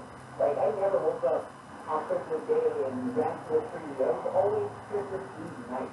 Whether it was after midnight or as close as possibly can to midnight. I remember when I was a child, when I was maybe in like 10, right around there, I was playing my Super Nintendo up in Donkey Kong Country on Super Nintendo with my sister. And it was late, I don't think it was past midnight. I just remember my mom, you know, running to the room saying, you know, hey, yes, a gift under the tree. And I'm just like, what? And I go and I run, and, you know, Santa left me a present. A brand spanking Nintendo 64. Oh, Alright, so let's Christmas Eve is that. Well, listen, I'm kind of saying what you're doing here. This year coming on Christmas Eve, I'm sure a lot's out there right now, looking forward to the next couple of days. And we'll see how we kind of do it. Obviously, with COVID-19 and everything else, of course, things are a little different. But I will have to finish my Christmas shopping tomorrow morning. I'm definitely going to do that. And the beauty is that tomorrow I can be a legitimate real day off, like a full day off, nothing going on. I just got some calls, there's some calls going on, so I'm kind of chiming in on that one. So for the most part, tomorrow will be still kind of sit back and then a big dinner. so if you want to join the festivities, just find out and see what's on my agenda tomorrow. Yeah, we're going to go to Baker. I'm going to be at one side of the mall and then just going from there, and that's very good shopping you're going to see tomorrow. Okay, a couple updates here in the NBA. I want to give a couple NBA scores. So, we know today is the big day. The big day in the sense that all the games, yesterday only 2 games, Lakers lost to the Clippers, Brooklyn took care of the Golden State Warriors. Lakers got the Mavs coming up, and Phoenix, and the Mavs are playing right now. Phoenix saw already 2 preseason games for them. There's a curiosity to what kind of team is this going to be this upcoming season. You got Chris Paul, you got Devin Booker, you got Aiton is there as well. Jim Crowder's here for the Miami Heat. So right now, you starting down 2-10 over the Dallas Mavericks. A couple kind of surprise games here. Who would have thought that the Sacramento Kings, Buddy Hield, 6 shot in overtime against the Denver Nuggets. Sacramento starts off the season 1-0. They beat the Nuggets 124 to 122. So that's obviously a game, Western Conference. You keep that in mind. Jazz and the Blazers. Jazz blew out the Portland Trail Blazers by 20. The only game that I see of any significance, really good game between the Bucks and the Celtics, or Rocky and the Boston Celtics. There was 24 seconds left on the clock. Milwaukee had the ball. They were down to Giannis got fouled, went to the free throw line, hit the first free throw, second free throw he missed, and they eventually, the Milwaukee Bucks eventually lose 121 to 122. So those are the big games. And like I said, for the Lakers, you got a good matchup coming up. Here shortly. Let's take a couple quick phone calls here before we go to a break. I do want to grab a couple of these calls that are on there. If you want to be a part of the show, 877-710-ESPN. Alex will fill in for Scott Kaplan on the Scott Kaplan Show. Let's go to Stephen Mahava. Steve, what's going on? You're on Scott Kaplan Show. Hey, you know, it's always great hearing you tonight, man. I can hear you every night. But I got to say, 3 things I'll make real quick. Kevin Durant, you know, he never won anything until he failed on the Thunder to join the team that spanked him in the championship series. no respect for that guy. The way he told Mark last night, I thought that very disrespectful. You know, I didn't see, was there more to it? I didn't see, all I saw is that one clip. Was there a couple questions where he answered Charles and he was short on all of them, or was that the only one? It was the Bill Belichick answer, yes, no, yes. You're doing an interview. You just won a game. It's your first game back in a really long time. You think you'd be happy. And to disrespect, Charles Barkley that way, I found it a bush too. And as far as Dave Martin, they'll never win an NBA championship. They don't want it in Brooklyn. What are you doing? To the Houston Rockets. If I were them, I could stop playing and not pay him. I mean, I think I would not want to anywhere in front of them because it's not the team that is Sacramento Kings. I would put that place with Sacramento Kings. But this part has to be done nicely. And then, you know, put it back to feel like everybody sucks. It's the tomato, the young man who can put anything on tomato, you can't put anything on tomato. The only thing that belongs to tomato is corn, and maybe some almonds with a lot of mora. The Brian is on the side with the potato salad with mora on top of that. That's a tomato. That's a passionate from all they call it. That's the way my grandma made them. For 101 from Mexico, and that's the way they're supposed to do that. But now, if I thought I could only think about food now with that description, decreasing comment. Okay, real quick, let me just kind of hit on this at the James Harden thing. James Harden is definitely one of those players that, of course, people are losing respect for him right now. But you're not going to just hit the guy and then also not pay him his other contract. So the guy's going to get paid out of the way. But I can see how that looks you the wrong way. I guess I just didn't see the whole KD interview, and I don't know how disrespectful that excuse meant to KD was to Charles Barkley, but what I will tell you is, I know, Barkley's obviously been critical of KD's game. Not KD's game, but the way KD left Oklahoma City Thunder, but you know what, a lot of people have. And if KD doesn't care about it, which he has, claimed for a while that he does not care, then he shouldn't pay attention to what Barkley says. And the reality is, he's got 2 NBA championships. He's one of the greatest players to ever play the game. And I'm one of those too, by the way. When KD left Oklahoma City Thunder, he did it. I thought that team was good enough to go to the Warriors instead of join the Warriors, and then, obviously, that was just prepared. I want to spend some time previewing the Lakers and the Dallas Mavericks coming up on Friday. We'll do that coming up next. Luka Doncic will come and obviously be a part of the mix here. A player that is one of the favorites to win MVP this upcoming season. You heard James Spencer earlier talk about it. More of your phone calls as well, 877-77-ESPN. You can be tap back and go out to the phone in for tap back. Before you get the highway, cooling, with the downwind, still on the cooling. Go with the 15-minute drive to the oil cooling. Travel from our cooling, your services, just like you. For more locations, for higher locations, visit with very more. They take the movement on like the experts in business for contact and service, making sure your ride is performing. Just pull up, drive in, drive out, in about 15 minutes. Visit SoCalOverseas.com and look for the coupon for thousands of performing. This holiday season, 780 FPS supports our advertising community. The LAPD would like to wish you happy holidays and remind everyone to be safe. We know it's been a difficult year, but we need to continue to maintain proper safety precautions and work through this together. The LAPD is dedicated to serving Californians and our community. Visit us at www.onelapd.com. From our advertising partners to our amazing listeners, all of us here at 710 FPS, we are all one voice. One community, we are the voice of LA. Your LA Rams have moved into their new home at SoFi Stadium to feature and other positions into the head. West Iowa. Like the main out here that's going to the stadium this season. Now what? You're stepping to the line back in 2021. You want to get yourself out of Los Angeles Rams at SoFi Stadium. Our city here for LA. You're on the first. You're experiencing the Rams back. The Rams.com/2021. That's the Rams.com/2021. Los Angeles Rams. It's for LA. This is Sheldon Dawes, owner of Culver City Mazda. During Mazda's season restoration event, we have over 200 of the key crossover for LA. The Mazda CX-5 with 0% financing after 60 months. Plus, no payments for 90 days. Plus, up to 1,000 customer cash. So show us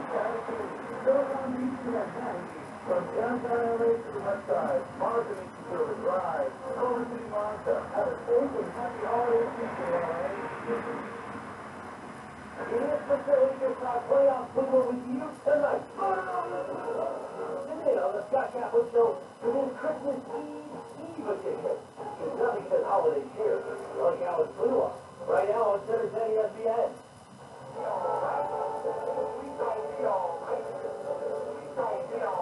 Let's go out to Sergio in Eagle Rock. Sergio, appreciate you calling in, bud. What's going on? What's up, brother? As far as my take, I think the Lakers are going to be okay. There's a bit of much of options that they're not going to know how to really work it. It's going to take time, just like how the Lakers took time to go ahead and figure out how they got to essentially West. Also, in this thing, I talked to one of the people that I was talking to earlier. Please, I'm a nurse. Please tell people to wear the mask now so that, to be honest, people think that a bunch of, like, their lives and things like that, but just wear a mask because my hospital right now, we're just trying to struggle to find beds, and just please, just tell people to wear their mask, be sure to stay safe, and social distance even though it's the holiday.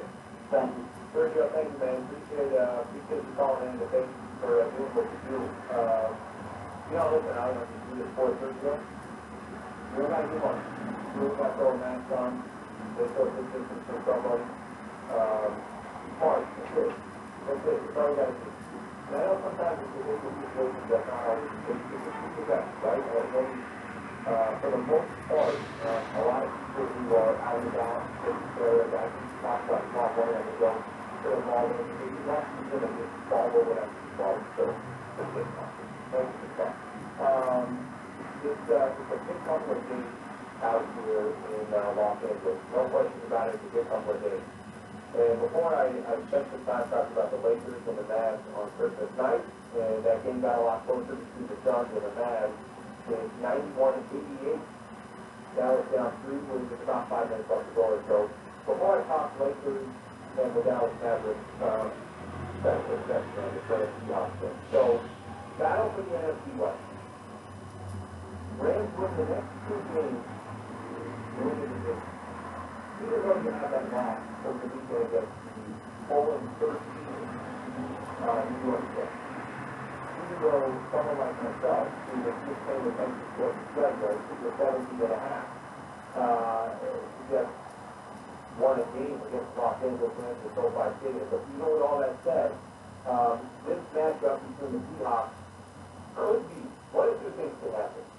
And this very well could be the difference of, Rams, if this isn't a playoff participation as in, well, if they lose the game, they're not going to make the playoffs. No, they're still in a good position to make the postseason. And their last game was at SoFi against Arizona. They had a lot of success over the Cardinals the last couple of years. So I think making the playoffs is not the issue, but man, is there a difference of winning your division, winning these last 2 games, and getting a home game, not having to travel, not having to go. What if you can avoid being in a cold weather, in a tough place to play, and I don't know if you could end up in New Orleans and no problem because you're playing in a dome, or you could end up in Tampa, or whatever the case is. But how nice would it be if the Rams get this opportunity to obviously have a home game at SoFi Stadium? First matchup between the 2 teams, Rams won 22-16. That was week 10. So that was back on November 15th, actually not that long ago. You guys remember that game? Defense was solid, came through for the Rams, took it comfortable all season. Russell looked at a few turnovers at the end of the track. Seattle actually, when you really look at the Seattle Seahawks, don't get me wrong, maybe surprised at all. I'd be more surprised to see them more surprised, but it's a tough thing to make, just to put it that way. So if Seahawks won, it wouldn't be a shock. If Rams won, you'd be like, oh man, that's a great road win. But the Seahawks clearly have that many impressive wins. They're 1-1 against Arizona, so win and a loss. They lost to Buffalo, they lost 2 losses to the Rams. They had a nice win against Miami week 4, but they won 2 games in a row. One of them was against the Washington football team, another one was against the Jets. So it's not like you're really looking at this Seahawks team as, oh, God, this team is unstoppable. There's nothing you can do. Sean McVay talked about, and this is going to be kind of a key to this. It's what's called championship in the upper round. That's got to be what most people say. This is one of the most difficult places to play on the road. Here's Sean McVay talking about how the whole I love the Seattle atmosphere with their fans, and you always appreciate the places that have very smart, great football fans where no one is here, no one is quiet, and it's always a high caliber atmosphere, and that's something that I definitely miss just because of the love I have for the game. That's got to be one of, I mean, there's many arenas, or there's many stadiums I'd love to go to in the NFL. You love to go to Green Bay. There's certain stadiums that you just want to experience it. Seattle is just fantastic. They're kind of a bucket list one. Once fans do come back, but no false managed play on that. Sean McVay also talking about Cam Akers, not having him and what it means, and also it's just to be the end of the season with Cam Akers. I think he's a war daddy, and I think that's probably the most likely scenario. For a guy that was able to push through yesterday, you certainly don't want to, make any bold statements quite yet, but I got, this is something that, you just find out, kind of a few hours ago, and you're really kind of processing it, and then if we need to make any roster decisions accordingly, we'll do that, but what it does, the guy, he battled, he gave us a chance, and, he is going to be a really good player for a long time, we feel. All right, they're going to have to try to do it this weekend without Cam Akers. Can't wait for that matchup. I'm sure a lot of Rams fans, I'm sure a lot of NFL fans in general, they're going to get excited about the game. So there's a lot of good matchups coming up this season, but I think that's the one thing that I think that's the important. Okay, so the way things are going on the Dallas Mavericks, I want to spend a little time on this specific matchup real quick. What's the game really do? Okay, in the big scheme of things, it's the second game of the season. You got 71 games left to go. It's not that big of a deal. But what I do think you're going to see from the Lakers will be completely different than what we saw against the Clippers. Lakers definitely came out with a lack of energy. Definitely didn't come out. If you try comparing the two franchises or the two teams in the first quarter, the start of the season, you can tell that this game meant a lot to the Los Angeles Clippers. You could tell that this game specifically, the Clippers understood that was the Lakers getting a championship ring. The Lakers have obviously been a conversation over the last couple of months. There was an NBA GM survey. NBA GM survey asked all the GMs to take a survey on who they think is going to win an NBA championship. Number one on that list was the Lakers, grabbing 81% of the vote. Number two on that list was the Clippers, grabbing 11% of the vote. Another NBA survey talks about the team that had the best offseason. Lakers were number one on that list, 30-something percent, 30+%. So all the conversation has been over these last couple of months been about the Los Angeles Lakers. The Clippers missed that window, they missed that whole last season. The Clippers came into this completely different mentality than the Lakers did. But what I will tell you is, coming into this game against the Dallas Mavericks, I think we're going to see a different Lakers team. I really, really do. I really think that, what we saw on opening night, you're not going to see against the Dallas Mavericks. It's pretty fun to see this disaster. You're going to see, one of the places that most people are thinking against the team. And I don't think that'd be a surprise for the shot. 90% of people are excited from the first play in the Lakers. 84 to 86 when Larry Bird did it. So Luka Doncic's going to be that conversation. We all know LeBron James, of course, is still the most talented player, so he'll be in the conversation. Anthony Davis as well, but we'll get a chance to see Luka Doncic on Friday. And a lot of people think now it's going to make some critical steps here in what they can accomplish this upcoming year, and we'll get our first crack at the Dallas Mavericks. I'd love to see Jalen Moore and Tucker Moore. I really would. I'd really love to see him in the next game. Playing only 11 minutes against the Los Angeles Clippers. I think that's 3 fouls early on. But you want to see this kid get challenged, right? I mean, just kind of looking at what the Lakers accomplished with Jalen Moore Tucker in the preseason. And Michael was really, head sort of Frank Vogel was absolutely impressive. First player coming off the bench. First loss coming off the bench for the Lakers yesterday. He was starting. Didn't happen. And he only ended up playing the last minute. And I know Michael's trying to use, they say he's trying to make the deal a little tougher. He's got a lot of momentum right now. He's got a lot of confidence right now. So you use that here again when you're on the set. Rather than only playing in some of these small things. When I was getting a lot of speaks and I was doing a lot of small social media, even in the coaching show, for Laker fans, he's trying to make a case that the Seahawks doing more soccer. But the way the Lakers lost yesterday's game was on defense. It wasn't on the offensive side. I'm not paying too close attention to what the Lakers obviously are doing on the offensive end. All right, so we are back on the broadcast on Friday. Tomorrow morning, straight to the mall, finish up my Christmas shop. You guys are done, right? Both of you guys are done with your Christmas shop? I have like a couple of gift cards left to get, but that's, I gotta get that gift card. I gotta get maybe.com card. And I'm using it. You go in that month and do that. Jeff has got 30 cards. 30 done over there. You do the whole month, huh? Got everything you use? I guess that's not gonna go to the thing. Nothing wrong with that. The guys already broke down what their Christmas Eve dinners are like. Tamales and shredded pork, it sounds like. So, anyway, at the end of the day, there's nothing better than a good Christmas Eve dinner. I hope you guys all enjoy your holidays. We'll be back on Christmas.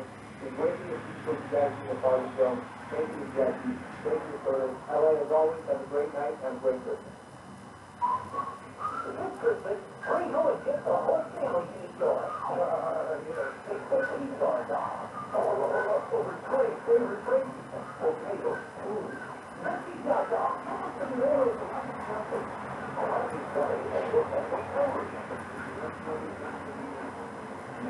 Trusting in the morning, see it right.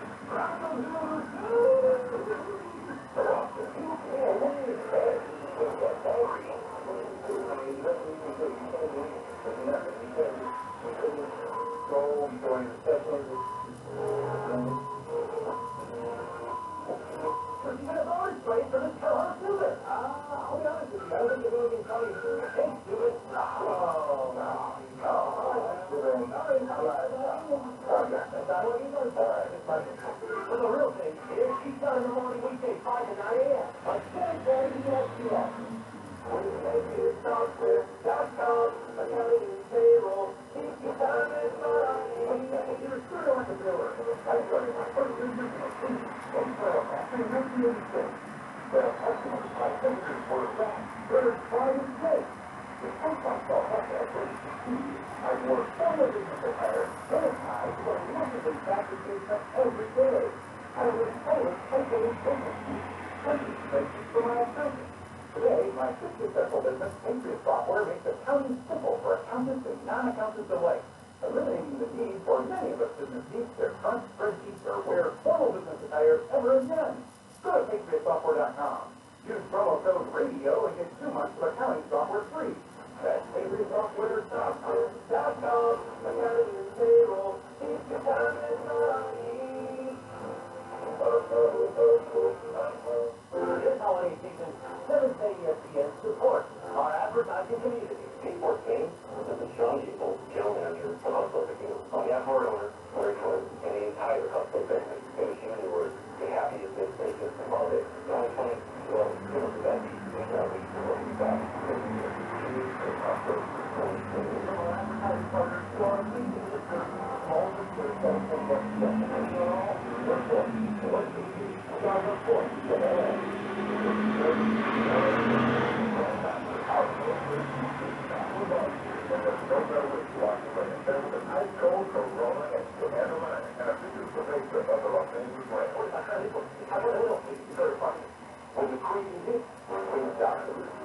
Because nothing's better than our wings. Letting self-watering, soul-satisfying flavors. Devoted to attention. The lemon pepper and spice Korean revolution.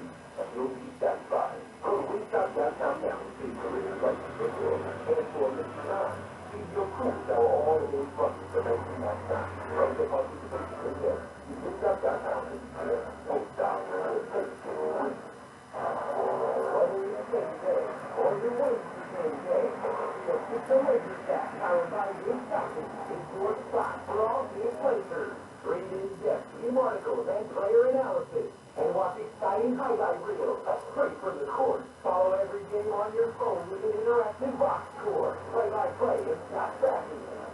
the Dribble. Download the app in the Apple App Store or Google Play Store today.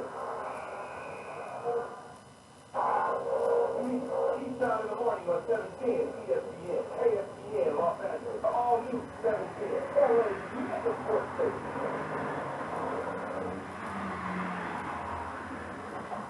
We are your sports station. 710 ESPN.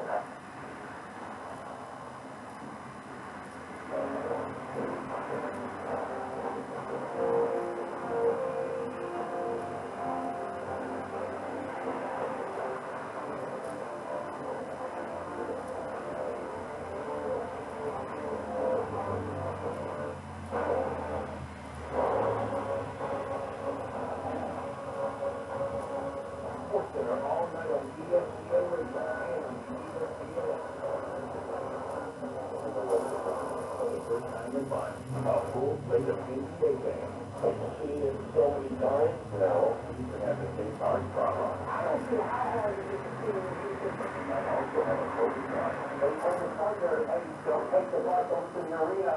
Because that was because we run out of the MVP award. Look at front back was left. Big right in the lane and scores. Zion Williamson is ready for a full season of action. Zion Williamson and throw down. Break the buzzer. Doc Rivers leads the new Lipton in the battle against Russell Westbrook and the Wizards. Hey, Billy from Curry and assisted Levi Ford. And in the NFL, immaturity comes with a price for both Dwayne Haskins and Houston Future. I want to see Johnson for anybody. It's sports dinner all night. Now, it's Reynolds. Emotions running high for the Timberwolves as well in the NBA. Sports dinner all night. ESPN Radio, the ESPN app, Sirius XM, Channel 80. Big Western Conference Showdown on Wednesday night, number 2 of the NBA. It's on ESPN. Half minutes to go. A couple teams expected to be in playoff contention. Dallas and Phoenix. And Luka Doncic coming up at 74-69. Luka driving left behind his back right. Left back to his left. Big right in the lane and scores. Yeah, there's the finish. Luka right there. 11 and a quarter for Doncic. ESPN Dallas 103.3 FM. Games came down to the final minutes and it was tied at 100. Phoenix right now with a 3-point lead. 105, 102. 8 seconds to go in this one. And we'll see it. We'll get to the house.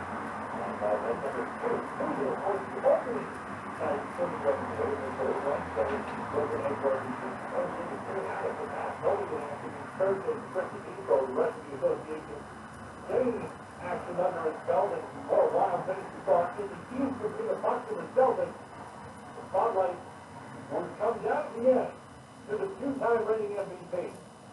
We're going to jump right to the tail end of the fourth quarter. Milwaukee with a 1-point lead in the closing seconds, but the Celtics had the ball. 5 seconds to go. Tatum steps to his left, launches the three. Now he's in! He's banked it in! With 4 tenths of a second remaining.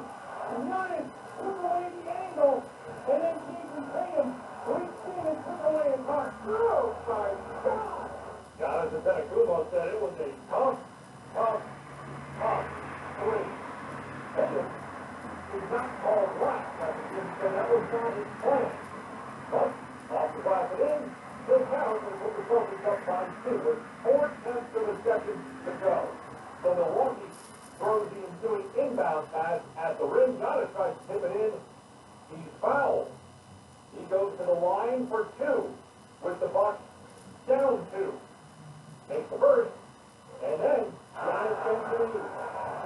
Second free throw comes up short. They got the second and the seventh on Twitter on opening night by the Mary Martin area. 98.5 is Sports Up. South Saturday in Boston. Happiness. Here's what they were thinking with Wisconsin. Boston has no timeouts left. Willie hit it. For the tie. Giannis in the air. No, he missed it. Ball out of bounds. Game over. No time that WCSA running up the city. Taking off the front rim on a big run that comes 5 to game Celtics. Winning 122-121. Jaylen Brown 33 in the win. Jason Tatum has 30. He spoke with TNT. Right after everybody when you get the ball, make a play. don't know what my schedule is going to be, but I know I take care of everybody. And everybody's good. What do you want to do for a couple of July? I think about it feeling good and rested, and we know you got to work out with Kobe Bryant and the team that in the road, the confidence, how hard you work. When you get the ball late in the game, you talk about the confidence.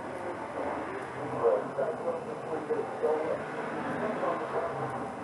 When you're not having quick, you have to know you can knock out the next one. I was here.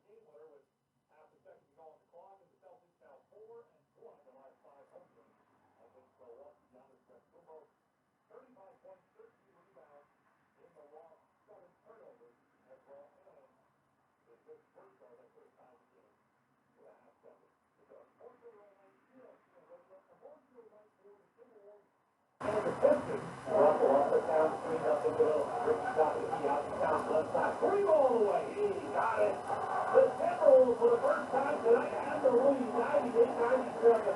3.5 minutes left to play. 8:30 goes CCO. His team's three-pointer from Carl Anthony Towns, and Minnesota goes on with 10-point win over the Pistons. 111-101. Timberwolves outscoring Detroit by 15 in the fourth quarter.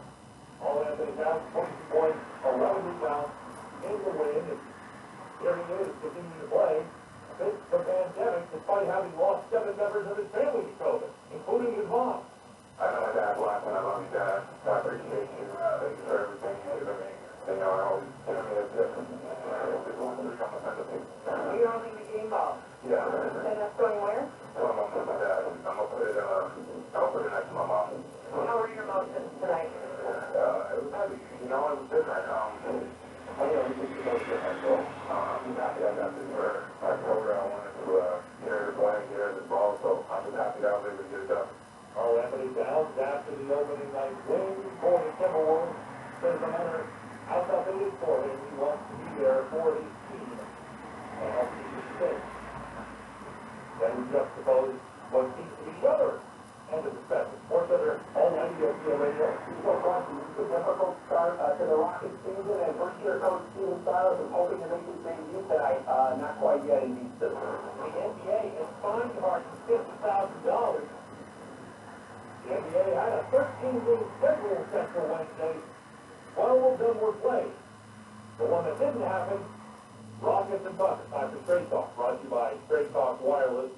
The season opener for Houston and OKC postponed because Houston did not have the required 8 players available in order to proceed.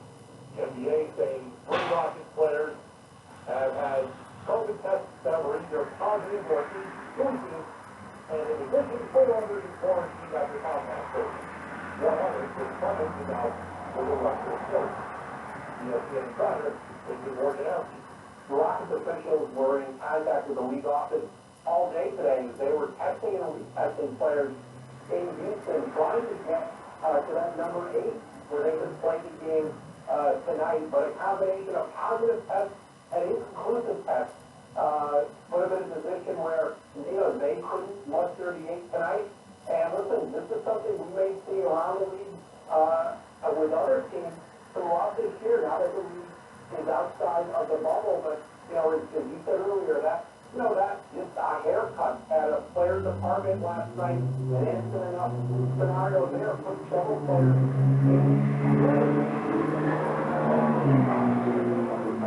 Jr. who was scoring tested positive. He also had a negative test, and so it was crucial for him to bring that more tested. So, but at the end of the day, they told the Thunder, hey, don't take the bus over to the arena.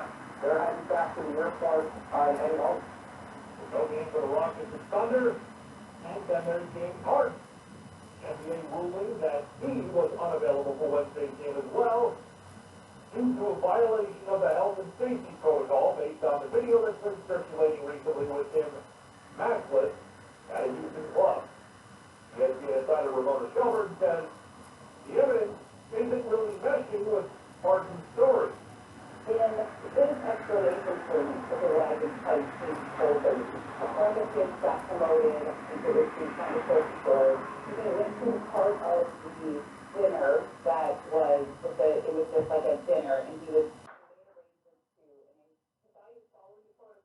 the protocol, because you enter through a separate entrance, you sit by yourself. Now, none of the photos I took don't sit by myself, that we don't know, okay? But this is what he told the league, and that the video, which we've all seen and totally went viral, his claim is that this video has been edited, that the pictures of him with the girl, you know, with his friend that he gave a present to, is at a different location than where her and her party went to later. That he wasn't there for whatever they did later on that night. Now, the league should have looked at that. They have to decide whether or not that's true. I mean, is there evidence of that? Like, I think you can say the background to this court, the law, or that's part of what the investigation is. And from what I understand, James wasn't informed that he was so-called unavailable for tonight before that release went out. So that was a surprise to him as well as the Rockets.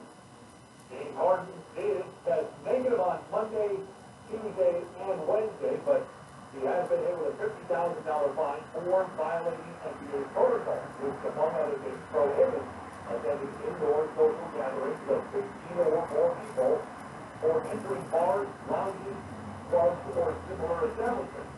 Earlier on ESPN Radio, our Sarah Spain says, really no sympathy here. You can't feel the team because the players are unavailable, but they're making personal decisions as adults that go against the protocol laid out for them. You can't be surprised by James Harden being a guy who likes to run clubs. That's something we've always done. But you can be surprised when someone is using a pandemic as leverage for their desired trade. And that's how you do it. This isn't about going to a strip club. This isn't about going to a club at all. This is about the decision to do anything. Like I said, it could be a library. If you show me a video of him in a library with his mask off, surrounded by hundreds of people without masks, I would say the exact same thing. It's been 9 months, people. We know what we're allowed to do.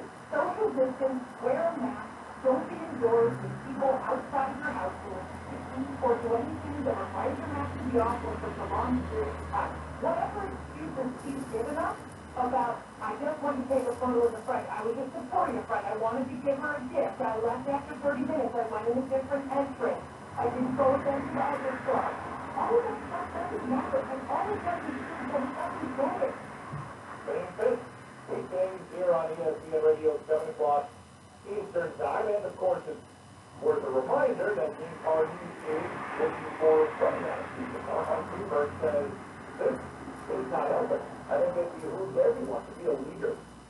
And so if you're James Harden, do you feel like you've acted like a leader? Do you feel that by not showing up to your team's training camp the last couple of weeks because you were in Atlanta going to a little baby's birthday party and then you were in Vegas, but now you're in a strip club over Christmas whether you've already had the coronavirus or not? Is that what a leader does? Is that what a person who wants to build a business around does? Is that what the face of your franchise does? No, the face of my franchise does. So I would think James Harden is making himself back from lack of shooting to potential trade shooters. It feels like almost on a minute. There's a Carson Wentz jersey in Philadelphia right now. The value is just rocking from it every single day. Green. Mike Greenberg, heading the morning here on ESPN Radio. January 5th, release on at 10 a.m. Eastern, following Keyshawn, Jay Wells, and Zubin. Straight ahead, how will New York react if they get an NBA title? And it's nothing different. That's next. Sports all night, ESPN Radio.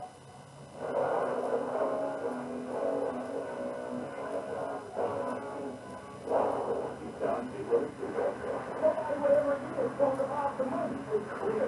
Without you saying this,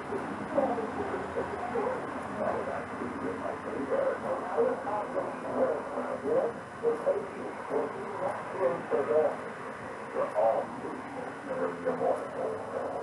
CKUC Tuesday, followed by Green Tuesday. CKUC Tuesday on ESPN Radio. More Sports Center all night. Next. Finally, new choice for sports radio in LA at 9 a.m. When you have a good, honest, healthy debate, I want to sit back and say this on air, so I can't take credit for it. You can either prove how smart you are, or you can learn something. Mike Greenberg, Coffee at 9 a.m. Free at 9 a.m. Sean and Roy, or 7 a.m. ESPN. John in the morning, Greeny at 9, back to back, Sullivan from 11 a.m. to 1, Mason and Ireland back in midday, 1 to 4, John to NLC in the afternoon, and Scott Kaplan at night at 7, 7:10 ESPN. Are you paying too much for Turlock Insurance? Here's your program time for one of the major Turlock companies that made the drop dramatically in the past 2 years. For example, for many, $45 $1 million of coverage is $75 per month, going away for the next 10 years. For an antique 50 non-tobacco user, can obtain $500,000 of coverage for a monthly premium of only $110 per month. Guaranteed not to change for the next 20 years. That's right, level rates guaranteed not to change for the next 20 years. If you're a smoker, we have great rates available for you as well. At Turnbuckers, we specialize in policies of $500,000 and above. If you're looking for a new or replacement term life insurance, call today for a quote at 1-866-929-1950. That's 1-866-929-1950. You're probably paying more than you should. Call Turnbuckers at 1-866-929-1950. That's 1-866-929-1950. Remember, 1-866-929-1950. This is available in the United Corporation for the National Underwriting and California Qualified. Sports Station, 10 ESPN. When you're close to Sedano and LC, you can get allowed to be better listeners, right? If I was you can, call me George if you want. All right, thank you, Darryl. Big fan, buddy. No. I don't want to know these people. And I think it's all wrong. That's like my grandma yelling at me, like, it's pretty bad, that number. You told me you guys are like, you know, it's not a good thing. Yeah, it's always bad. It means something bad is happening, and they're screaming your name, and they end you. Laurita, or Josito, like you know you're in trouble, even though it's bad. It's not, it's fair, because I have one friend who calls their own people all the time. You know the whole time? I mean, I don't know your relationship with them, but we're around together, so it's like something. Baby, there you go, so baby, that is the Enrico. It's Sedano and LC. That's where they're at. Better Sports Station. That's ESPN. Enrico. Guys, waking up over and over to pee is not okay. So now, you can reduce your nighttime bathroom trips with the ingredients in Super Beta Prostate Pee-Free Advance. We're talking about less urges to pee at night, less bathroom trips during the day, and better bladder emptying. It's like taking 3 prostate supplements at once. You can try a full 30-day bottle of Pee-Free Advance. Free. Just cover shipping and handling, and a free bottle will be conveniently shipped to your door. No strings attached, and no commitment to buy. Call 1-800-491-3835. Super Beta Prostate is the best-selling brand in major retailers like Walmart. But for this no strings attached free bottle, you must call now. Call 1-800-491-3835. Agents are standing by to take your call for this unprecedented free offer. Call 1-800-491-5856. 1-800-491-5856. Basketball season is back. Have you signed up for the Lakers pre-game email? It's easy when you have everything you need to know on game day. For each matchup, you'll receive broadcast information, projected starters, and historic matchup storylines. Free with your inbox. Hey, watch this with more Lakers. Sign up on Lakers.com/email now. Let's hear it for our team. Go Lakers! All you 710 Mega Sports Line on Ireland, 1 to 4 p.m. 710 ESPN. LA's Mega Sports Station.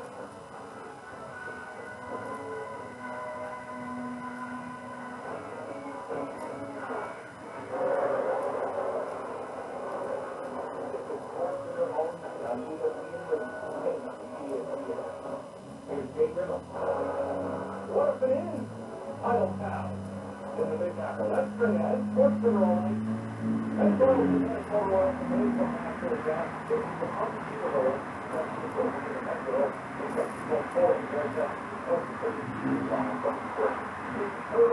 After the Celtics trying finish with in a three-quarter, 4 cents to the second, going back to between the Kings and the Nuggets on Wednesday. They went even deeper. They went to the buzzer in overtime. Jackie stops out of the table. He takes the lead. Oh, that's out again. Chucky Bennett. He's the guy. They got 3 seconds. Scoring left. 5 minutes again. It's in at the buzzer by Buddy Hield. We don't know if it counts, but Buddy certainly thinks so.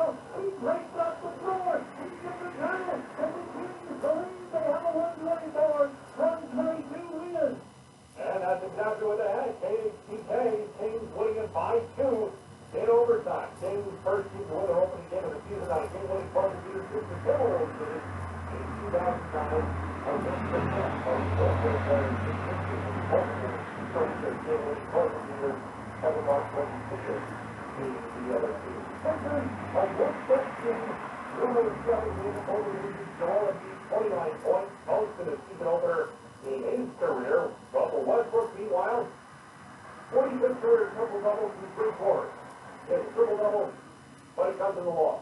Kind of disappointed in myself with something that the most have played in my camp. They better game, try to win out. I want to history that at any point in my career I love to fly and win the game, and I got to be better. Be better in this game. Russell Westbrook was his 8th career triple-double against the Sixers, second most against a single opponent. He has 9 against the Pelicans, now has 8 against the Sixers. SportsCenter 09 ESPN Radio opening night on Tuesday. We saw the Nets drop the Wolves. Jeff was bouncing on Wednesday. All into the 3 out of the corner. We found it and we found it a little bit of fire. Open down 56-4. The only thing about the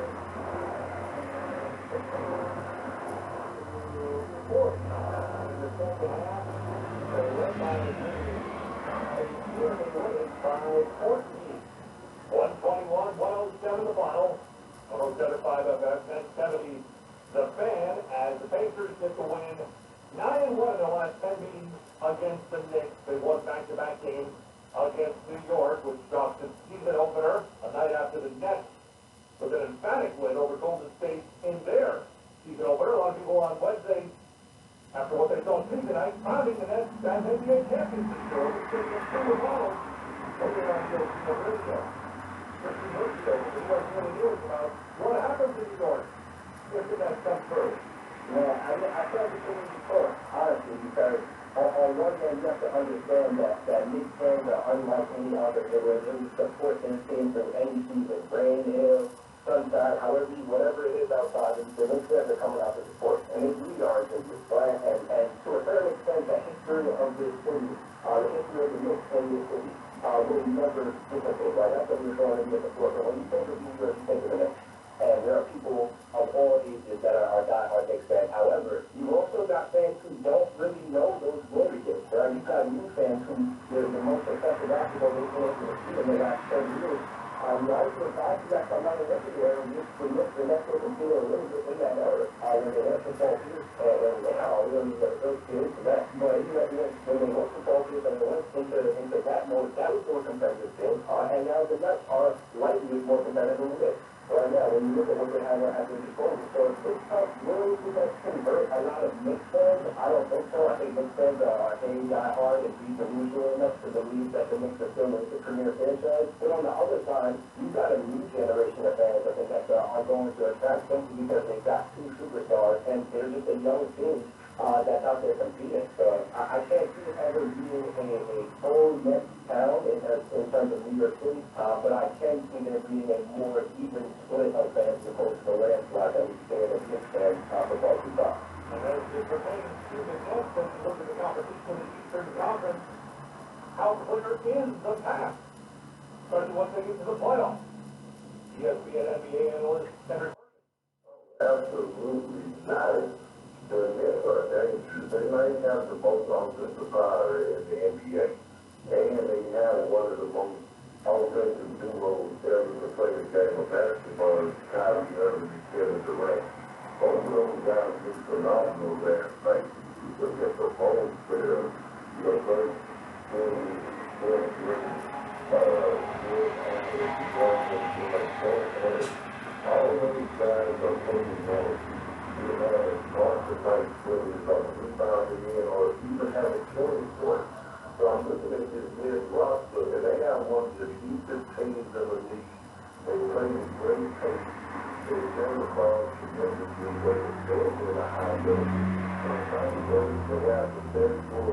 son from behind, we take him to red, and he's fast. He looks 100% healthy. We look locked in, all of them look.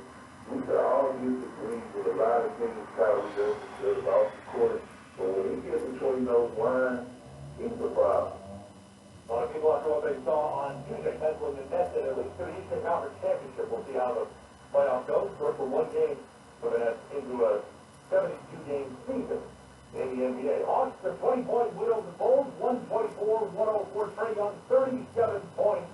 Second player with 35 points on 80% shooting in a season opener. The other team in 1984, that was Kiki Vandeweghe in the victory. Trae Young does it for the Hawks on Wednesday. Straight ahead, we've got dancing on the logo, we've got victory without matching, and repercussions as a result. That's next, ESPN Radio.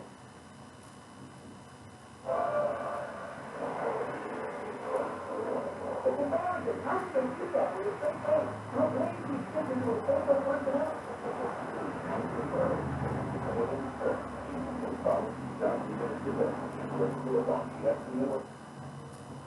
Anyone who has ever needed self-storage knows what a hassle it can be. You have to rent or borrow a truck and then find someone to help you move your stuff. And let's face it, moving furniture and heavy items without furniture in isn't easy. Renting units work. The hidden fees and admin costs and barriers in the busy facilities you're moving your stuff in. Why not use Closet Box instead? Closet Box is self-storage without leaving home. They'll pick up your belongings, store them securely, and bring any item back when you need it. The best part, unlike traditional self-storage, you won't save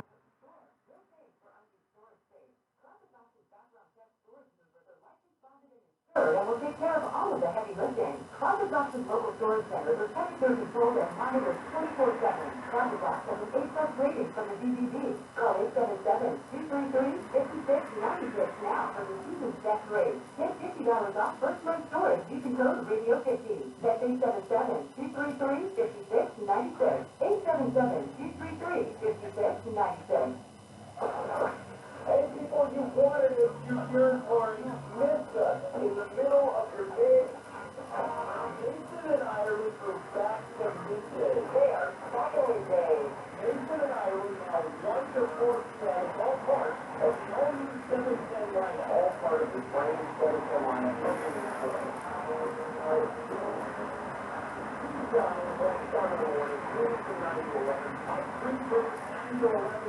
Hey, Max is back. Our buddy Max Keller. Max is back. The Max Kellerman Show. 11 a.m. to 1 p.m. Mason and Ireland 1-4. Sedano and OT from 4 to 7. Our buddy Scott Kaplan from 7 to 10 in LA.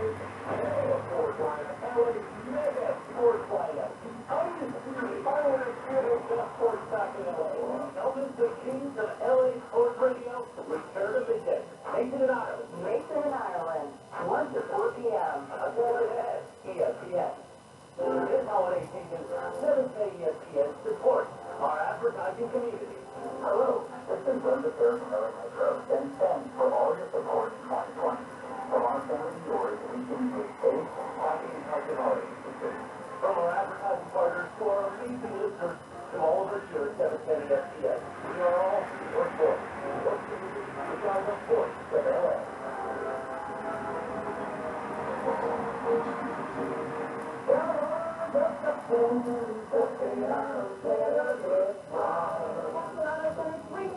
With our end-of-year sale, guaranteed to make your experience bright. Over 5,000 new and used cars and trucks, all priced and moved. Plus, we're the lucky choice. We cash donations for the OP Rescue Mission. It's your best chance to save big and have some holidays here.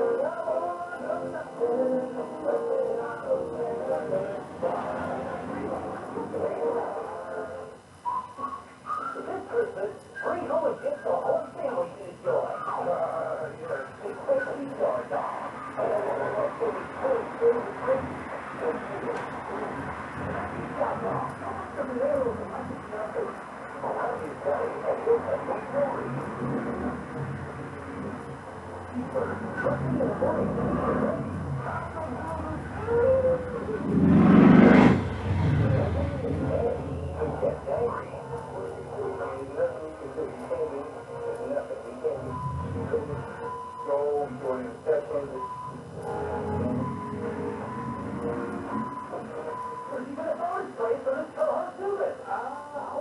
I don't think there's anything coming. Hey, Steven. Oh, no.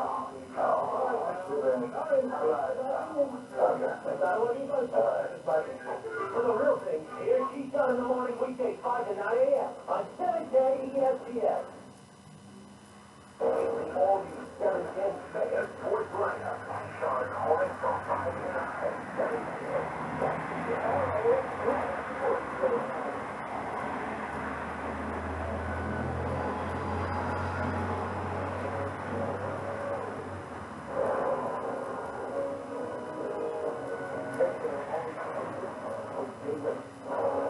Taking back the captain's speed. That's straight ahead. Thanks for Sports Center all night. Part of your night.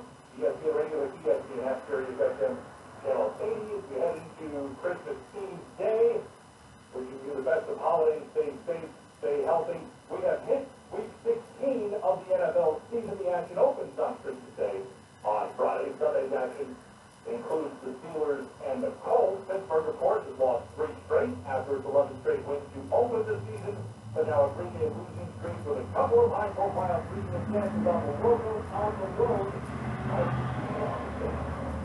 Now having second thought. I was drinking, I don't think the person who I am. I think, there's room to the point where, my team for me to ask these questions, my coach is going to ask these questions, and my part, not only taking that discredit, more in terms of, my fans, I'm going to see the positive, and, doing some of the things the positive in here. So, for the betterment of, myself, my teammates, I'm going to stop, dancing on logos. Honestly, I want to, distract to anybody, my team or, the other team, like I said, it's the betterment of, there's a team that want me to my teammates and coaches, there's no point. And I really probably see everything in-house. Juju Smith-Schuster, having met with Coach Mike Tomlin this week, Smith-Schuster has been in the crosshairs of other teams as well, but he's not alone earlier on ESPN Radio on Chip Barnett. Every player, especially a receiving corps, usually is dancing pregame to the music that his team plays. Usually, okay? There's loud music, hold on, and they're dancing. So, the thought of him dancing doesn't bother me. Is it a little bit too much organization and calling cameras over? Yeah, but the thought of it doesn't bother me. Furthermore, him dancing on a logo, why is that the problem? Why is that the grievance? Why in professional sports do we have to take our logos so freaking seriously? Like, I've been in hockey locker rooms where, like, I can't even step anywhere near the logo or the jinx. You can't go on a logo. You can't go on a logo on the National Football Field pregame because it's a sign of disrespect. Stop taking yourself so seriously. It's a logo. They mow the grass over it. Like, stop. It's ridiculous to me. Regardless of whether there's pregame bulletin board material, there's many on the field as well for the Steelers. Like the guy who's running the offense. Here's Ben Roethlisberger out of that. He doesn't get any better, James Graziano.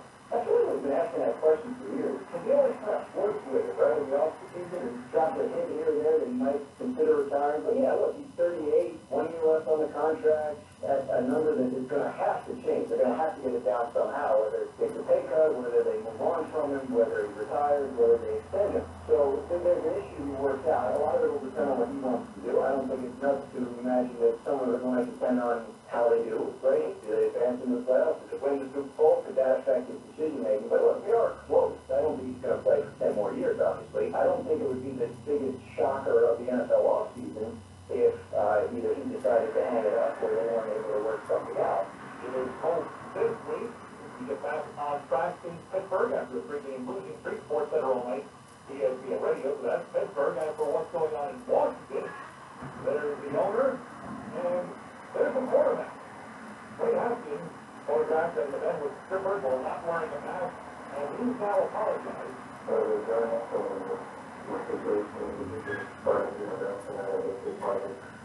when I literally had my actions following the game on Sunday, where they were, and I was happy for my agents, coaches, staff members, whatever.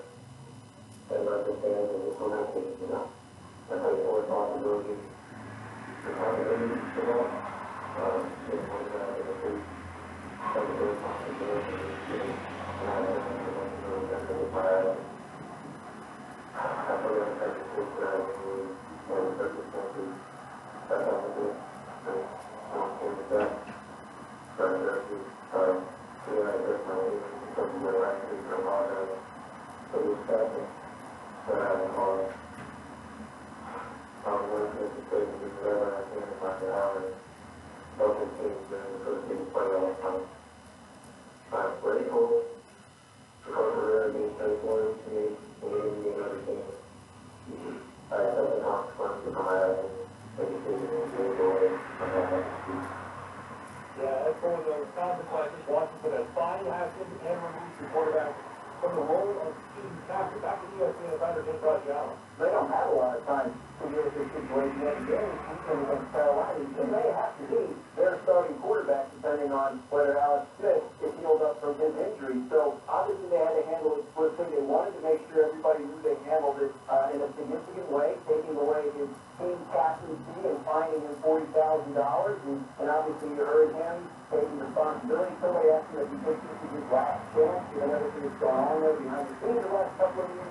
And we seem to think that it was. So the hope in Washington is it has been all right. It's when Haskins is front end and starts to show the kind of maturity and professionalism that they have been expecting of him. To this point, he's obviously been a disappointment, but he may get the opportunity as soon as this weekend to show something more than that. Yeah, he called it irresponsible and immature on his part. Now, not ideal timing for Washington. We're trying to win the NFC East. The Giants are right on their tails.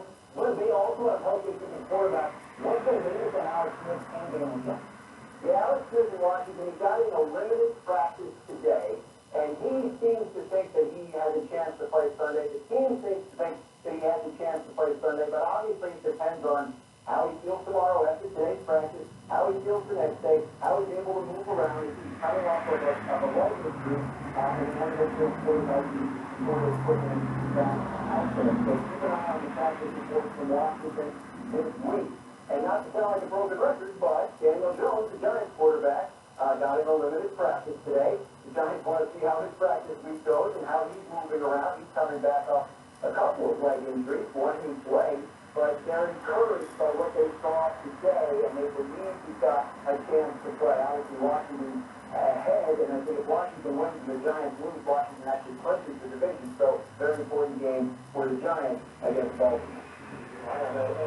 As we head into week 16, and see how rocky things continue to be in our nation's capital. Sports Center All Night ESPN Radio. Speaking of places that have been rocky, moving 2 days into the NBA season, and things have been rocky in Houston. The Rockets game against Oklahoma City postponed on Wednesday because COVID takes away too many Rockets players. The positive contact tracing, they seem to have 8 players available, which is what the NBA requires at a minimum. Then there's James Harden. He was out for Wednesday's game as well. Harden testing negative this week, Monday, Tuesday, and Wednesday. But the NBA hitting him with a $50,000 fine for violating NBA protocols and ruling that he was unavailable for the game against the Thunder due to those protocol violations based on the video that's been circulating with him after the Seattle Saturday reported out. First of all, that $50,000 fine that the league handed down, comfortably understanding from the league's point of view that he's going to be out, that he's going to, once they decide on a length of a quarantine, miss time, and then potentially miss 4 games. And if you are in quarantine because of a protocol violation like James Harden will be, that's 172 of your contract, which is for him $567,000 a game if he potentially was going to miss their game Saturday in Portland, and then again on Monday. But right now what they're waiting for in Houston and James Harden is for the league to tell them how long is his quarantine going to be, how many days will he have to, successive days, will he have to test negative for the coronavirus. So there's likely going to be more money lost for James Harden with this protocol violation. Yeah, that number will certainly go up. They're rocking for this thing to play Saturday and Monday on the road. What's the team or league doing and I get it back, and everybody on that team back up to speed. Well, they'll start working with Oklahoma City and the Rockets to find a date that they can play later on. But I think in the short term, Houston has more players who are waiting test results back. KJ Martin, I'm told, they're looking forward. He had a positive and a negative test in the last 24 hours. He's going to have to continue to test negative before he can be put again to play. And that contact tracing is going on with players like John Wall and Jody Cousins, or Rick Larkin, players just simply getting haircuts the other night. They'll need to continue to test negative. But, the Rockets didn't have 8 players to play the Thunder tonight. They'll need 8 players to get on the plane and go to Portland and try to play the Blazers on Saturday. So this is a way too early COVID issue for the league. I mean, it's nice too. They pulled off the bubble, but teams are traveling now, and one would imagine this is going to be an isolated incident.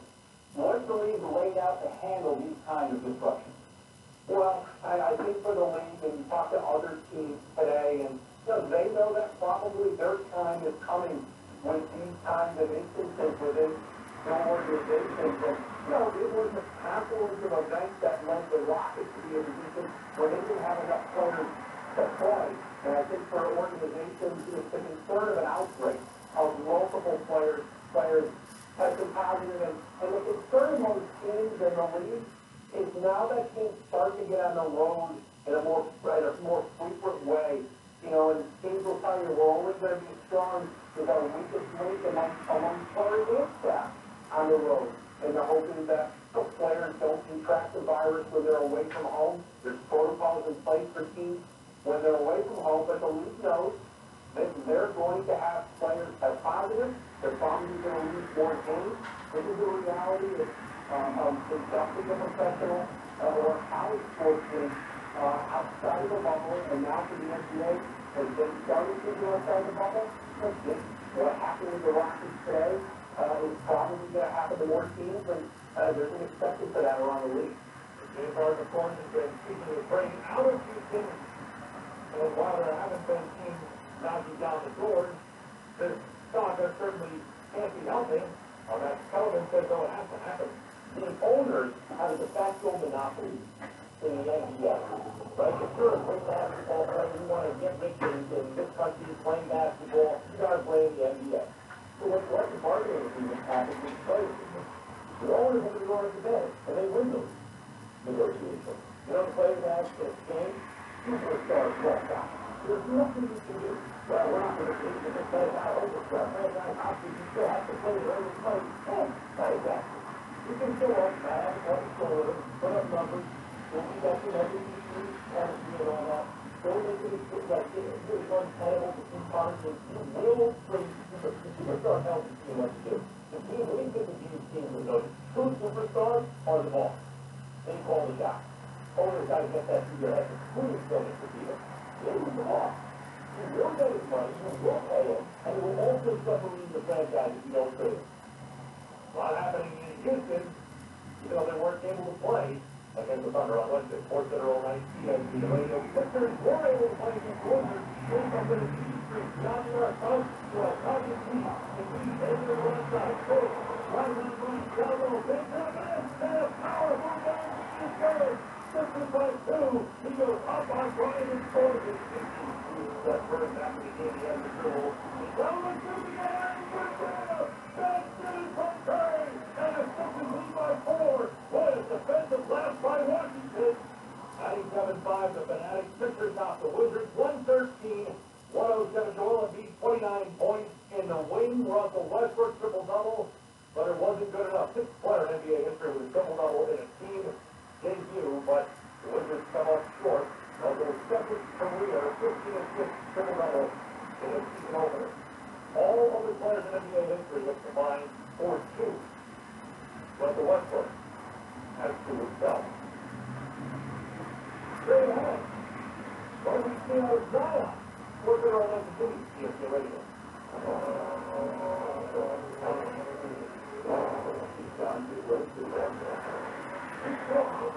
The one that's gone, I think they need to retool the offensive line before he gets ready.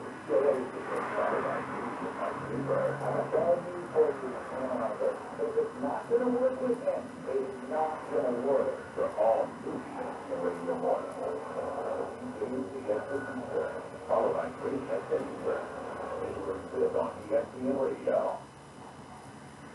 Rise your top, begin your plumbing and AC service at Masterpiece. This is John Ireland, and my friends at Tower Pro Plumbing, Heating, and Air have made home services convenient, affordable, and safe. For a limited time, Tower Pro is having a service blowout for only $59. Whether it's an NCCS, a drain clean, or a water heater plug, it's only $59 each. Call and schedule yours today. Tower Pro is my plumber, and yours is yours too. Call 1-800-584-4116 or visit TowerProPlumbing.com. This is Dr. Dolan, owner, Oversea Mazda. During Mazda's Season Inspiration event, we have over 200 of the leading truckers for LA. The Mazda ES5 with 0% financing up to 60 months, plus no payments for 90 days, plus up to 1,000 customer cash. From Silver Lake to Allegheny, Silicon Beach to Manhattan Beach, from downtown LA to the west side, Mazda makes you feel the drive. Oversea Mazda. Have a safe and happy holiday season, LA.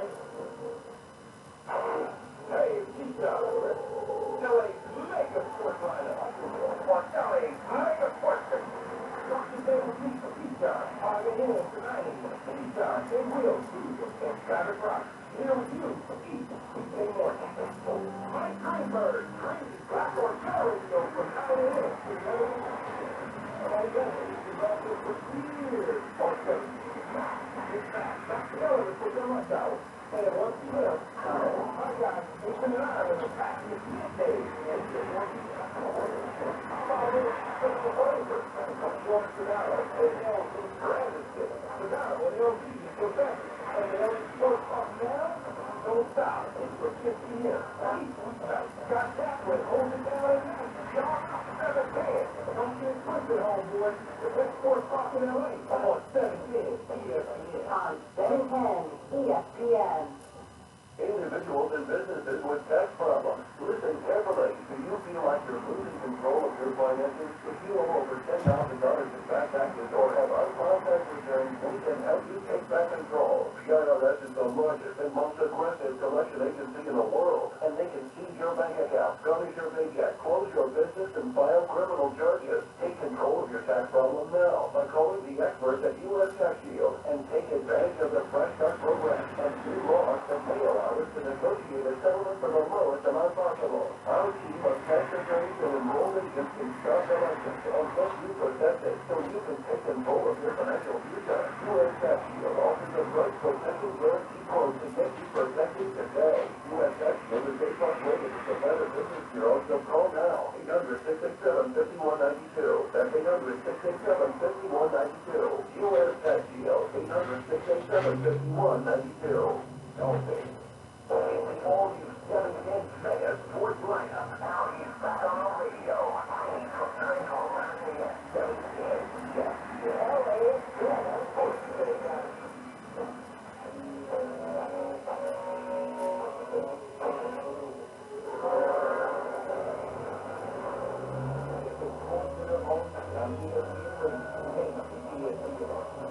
Here's Jay Riddle.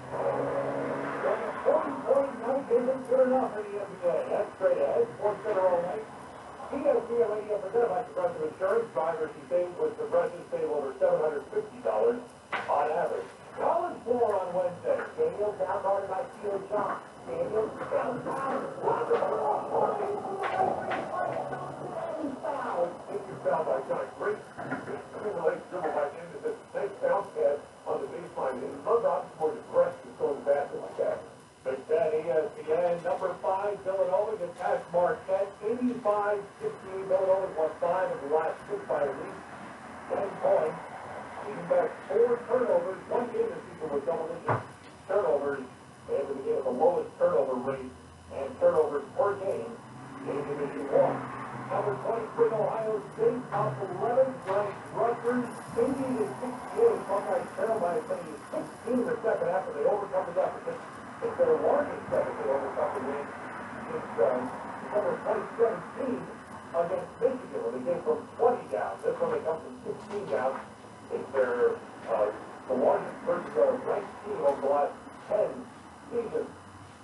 18th ranked Illinois, top Penn State, 98-81. Illinois scoring 89 points per game this season. If this pays up, it'll be their highest in a season since 1965. Creighton Xavier.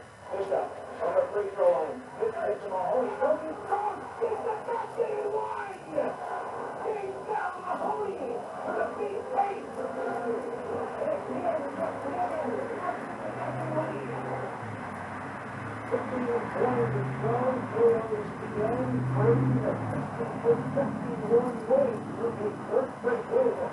Over to you for number back. In 2004, 2006. 3-point kicker, last 17 against ranked opponents. Tennessee's ranked 8th. They beat South Carolina Upstate by 20. An 80-60 win. Tennessee is 6-0 the first time since 2010. College football, the Montgomery Bowl. Memphis, a 25-10 win over Florida Atlantic. Memphis having a 5-game losing streak in bowl games. ESPN Radio hasn't covered the bowl game action. Tuning today for the New Mexico Bowl, presented by Merrill. Coverage begins at 3 o'clock Eastern on ESPN Radio and the ESPN app. Georgia Southern, meanwhile, a 38-30.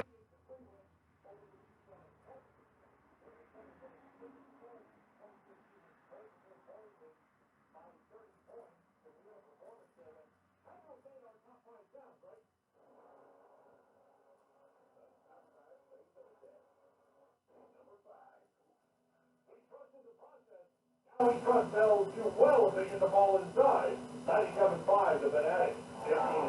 Steph Curry back in the game. He has the dribble. And Dolan shooting a wild first down. Bad stealing from Curry. And the Sixers lead by 4. What a defensive pass by Washington.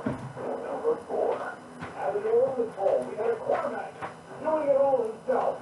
He was here on ESPN Radio. Out in one right side. Works from the turns the corner. 30, 25, 20. Puts it in 15 to 4. 37 yards for Sky Work on the opposite feet. And Wilson is on the third neutral here in the second quarter. Number 3. Out of ESPN New Orleans. Pelicans making some noise on the road against the Raptors. Nelly. And then they call the touchdown. Work the Southern. Work the Hay. Beautiful. Speed by Jason Red. Number 2.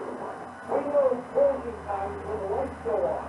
And nothing like closing the game as the backboard light comes on. KMCK.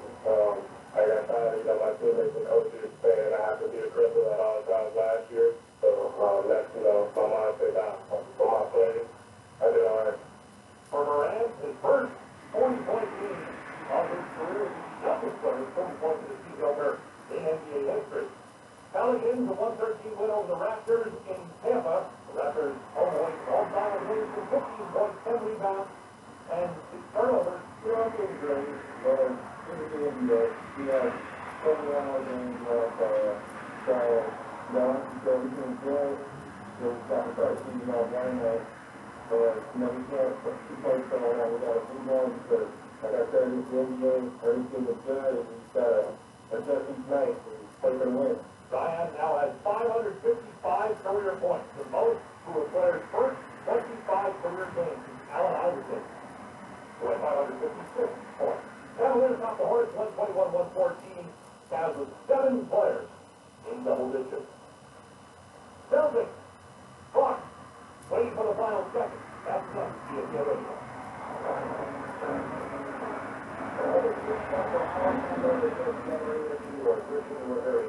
Happy holidays. You know, I make sure that you know, we're starting Tuesday, January 5th. We are moving with Illinois every morning starting 10 a.m. Eastern time, right here on ESPN Radio.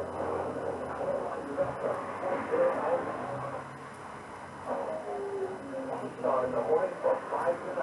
You know, over the last 4 years of doing the morning show here on 17 ESPN, I've heard it all. All these listeners want me to get up extra early to start the show at 5 a.m. I know, trust me, I know. We get started early on the road in L.A. If you ask for it, you got it now, homeboy. 7 in the morning, Tuesday, from 5 a.m. to 9 a.m. Right here, 17 ESPN.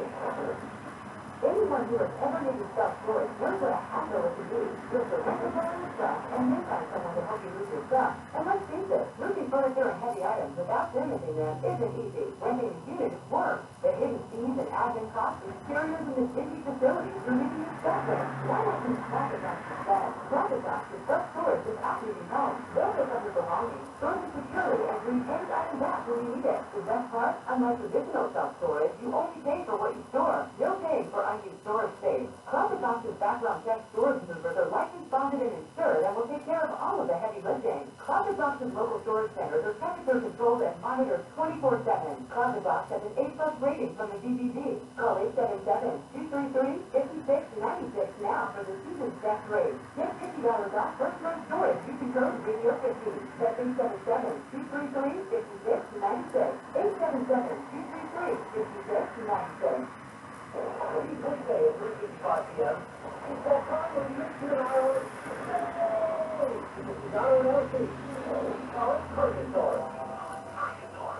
Hey, by the way, you are really making everybody look bad, LC. Because LZ, now, I don't know if you follow LZ's little video promos. We all do video promos for our shows. And LZ the other day was working on, it was very, very impressive. Then I did mine, and I was in my pajamas and in a floppy hoodie. That's the way I roll. But LZ, how you are, is it you're on unbelievable tape? Is that what's going on? I don't know about all that. Well, no, I would think, LZ, that those two things are very representative of what the two of you are. Nathan lays around all day in his pajamas. But you, and we get to this workout. No, this is from the radio. Oh, crosstalk. Purgatory. Tomorrow, 3:55 p.m. on 710 ESPN. We're coaches playing with almost an Olympian year. We need a vehicle with unmatched performance to bring you into the new year with style. This is Manager, General Manager, Westside BMW. With the BMW X5, you get both unmatched utility and high performance in the sports activity vehicle. And right now, during the BMW Road Home Sales event, you can receive a credit up to $3,500 off MSRP on a new 2021 BMW X5. This offer ends December 31st. Visit the 26,000 of bonus or shop up online at westlandbmw.com. Right, you know what it is. Excellent credit history financed through BMW Financial Services. Offer limited to customers who have owned a BMW model in the last 12 months.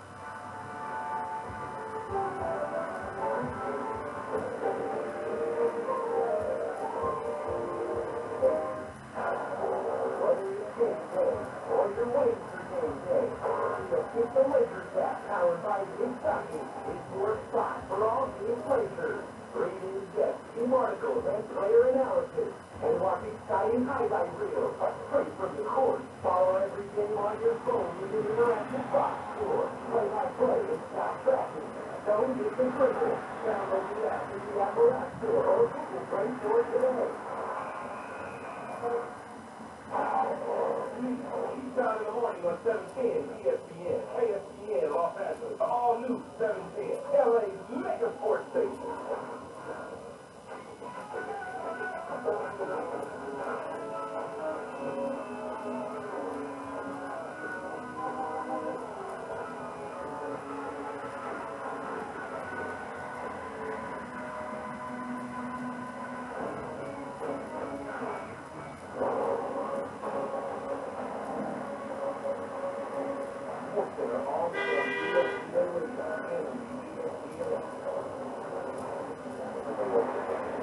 So many times now, Houston has the same guard problem. I don't see how hard it is competing in Houston. But they might also have a COVID problem. They told the Thunder, hey, don't take the bus over to the arena.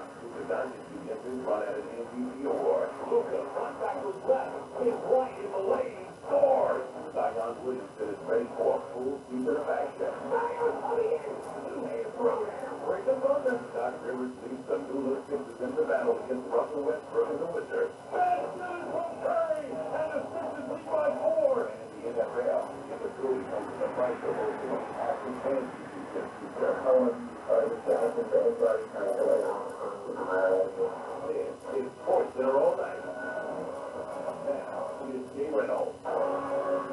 Emotional night for the Timberwolves. That's coming up. Sports General night. ESPN Radio, the ESPN app. Sure, you've got Channel 2. Wish you a happy holiday season. Merry Christmas as you head into Christmas Eve. Be safe, be healthy. Tuesday was the official opening for the NBA. It's this time, Tuesday with 2 games. Wednesday tonight where the NBA came at us and mocked.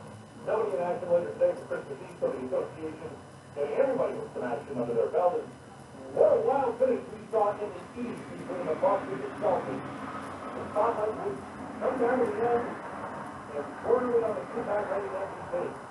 The Wolves jumped right to the tail end of the fourth quarter. Milwaukee holding a 1-point lead in the closing seconds, but the Celtics had the ball. 5 seconds to go. Tatum, don't go left, going to the lane. Out of the stadium! He's facing in with 4 tenths of a second remaining.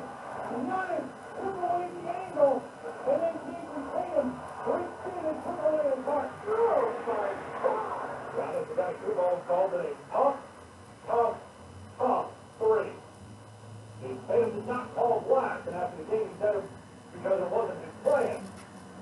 Off the glass, and in, of course, still counts. The Celtics up by 2 with 4 tenths of a second to go. The Milwaukee throws an ensuing inbound pass at the rim. Giannis has to pick it up.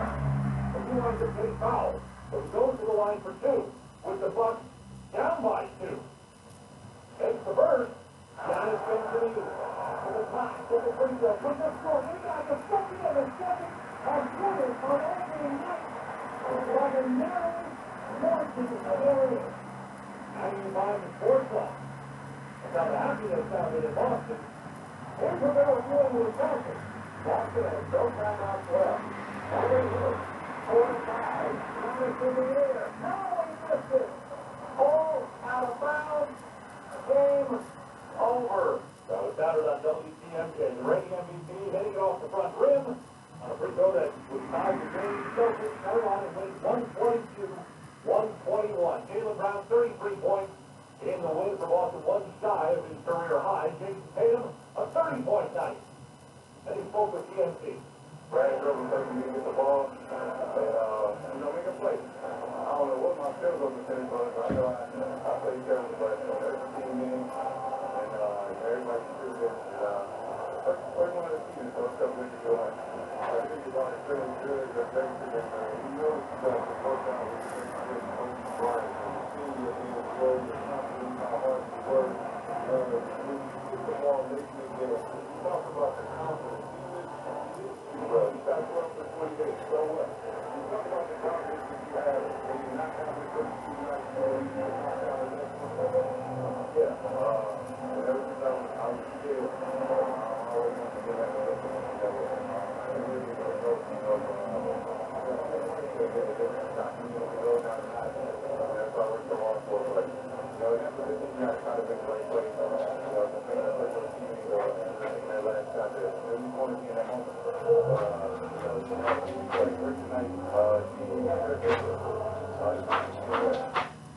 Tatum signed a 5-year extension in the offseason, $195 million worth of this contract in Celtics history. And then the season opener, the game when he stopped with a half second to go. Celtics now 4 and 1 the last 5 home games against Milwaukee. Giannis Benson ball at 35 points, 13 rebounds, 7 turnovers in the loss, and of course the big free throw that would have tied the game. Drew Holiday 25 points and 6 rebounds in his Bucks debut. Sports Center all night, ESPN Radio in the Western Conference Wednesday. couple of teams that are expected to be in playoff contention. Mavs and Suns in Phoenix, 74-69. Luka driving left behind his back right, got back to his left, spins right in the lane and scores. Wilson City gets right there. 11 to score for Nelson. You're listening to ESPN Dallas, 103.3 FM. Luka Doncic finishing with 32 points, but the game would be tied at 100, and then the Suns come up clutch. Booker is there, driving the three-point line, but running out of time. Booker on the drive, looking for his point. It's good, and Dallas will stop it. Two big hoops. First ball, Devin Booker, and it's a 5-point lead for the Suns. Arizona scores 98-7. Suns win it by 4. 102. Chris Paul, 8 points, 4 rebounds, 5 assists. Scored 4 of his 8 points in clutch time. Devin Booker, 22 points. 15 straight 20-point game. Third longest streak of his career as the Suns get the win. Luka Doncic, meanwhile, 12 games going 0-5 or worse from three-point range. Most of the teams in the NBA over the last 3 seasons did finish with 32 points in the Mavs loss. The also wants to see everyone Russell off the count, 3-0 to the Ricky top of the key out of town, left side, 3 all the way. He got it. The Timberwolves for the first time tonight have the lead, 98-97. 3.5 minutes left to play. A 30 WCCO, a key three-pointer from Karl Anthony Towns, and Minnesota tonight with 10 points in over the Pistons. 111-101. The Wolves outscoring the Pistons by 15 points in the fourth quarter. Towns finishing with 20 points and 11 rebounds, and here he is continuing to play against the pandemic. Despite having lost 7 members of his family children, including his mother. I know that like I was you know, I always different. Here in the game up. Yeah.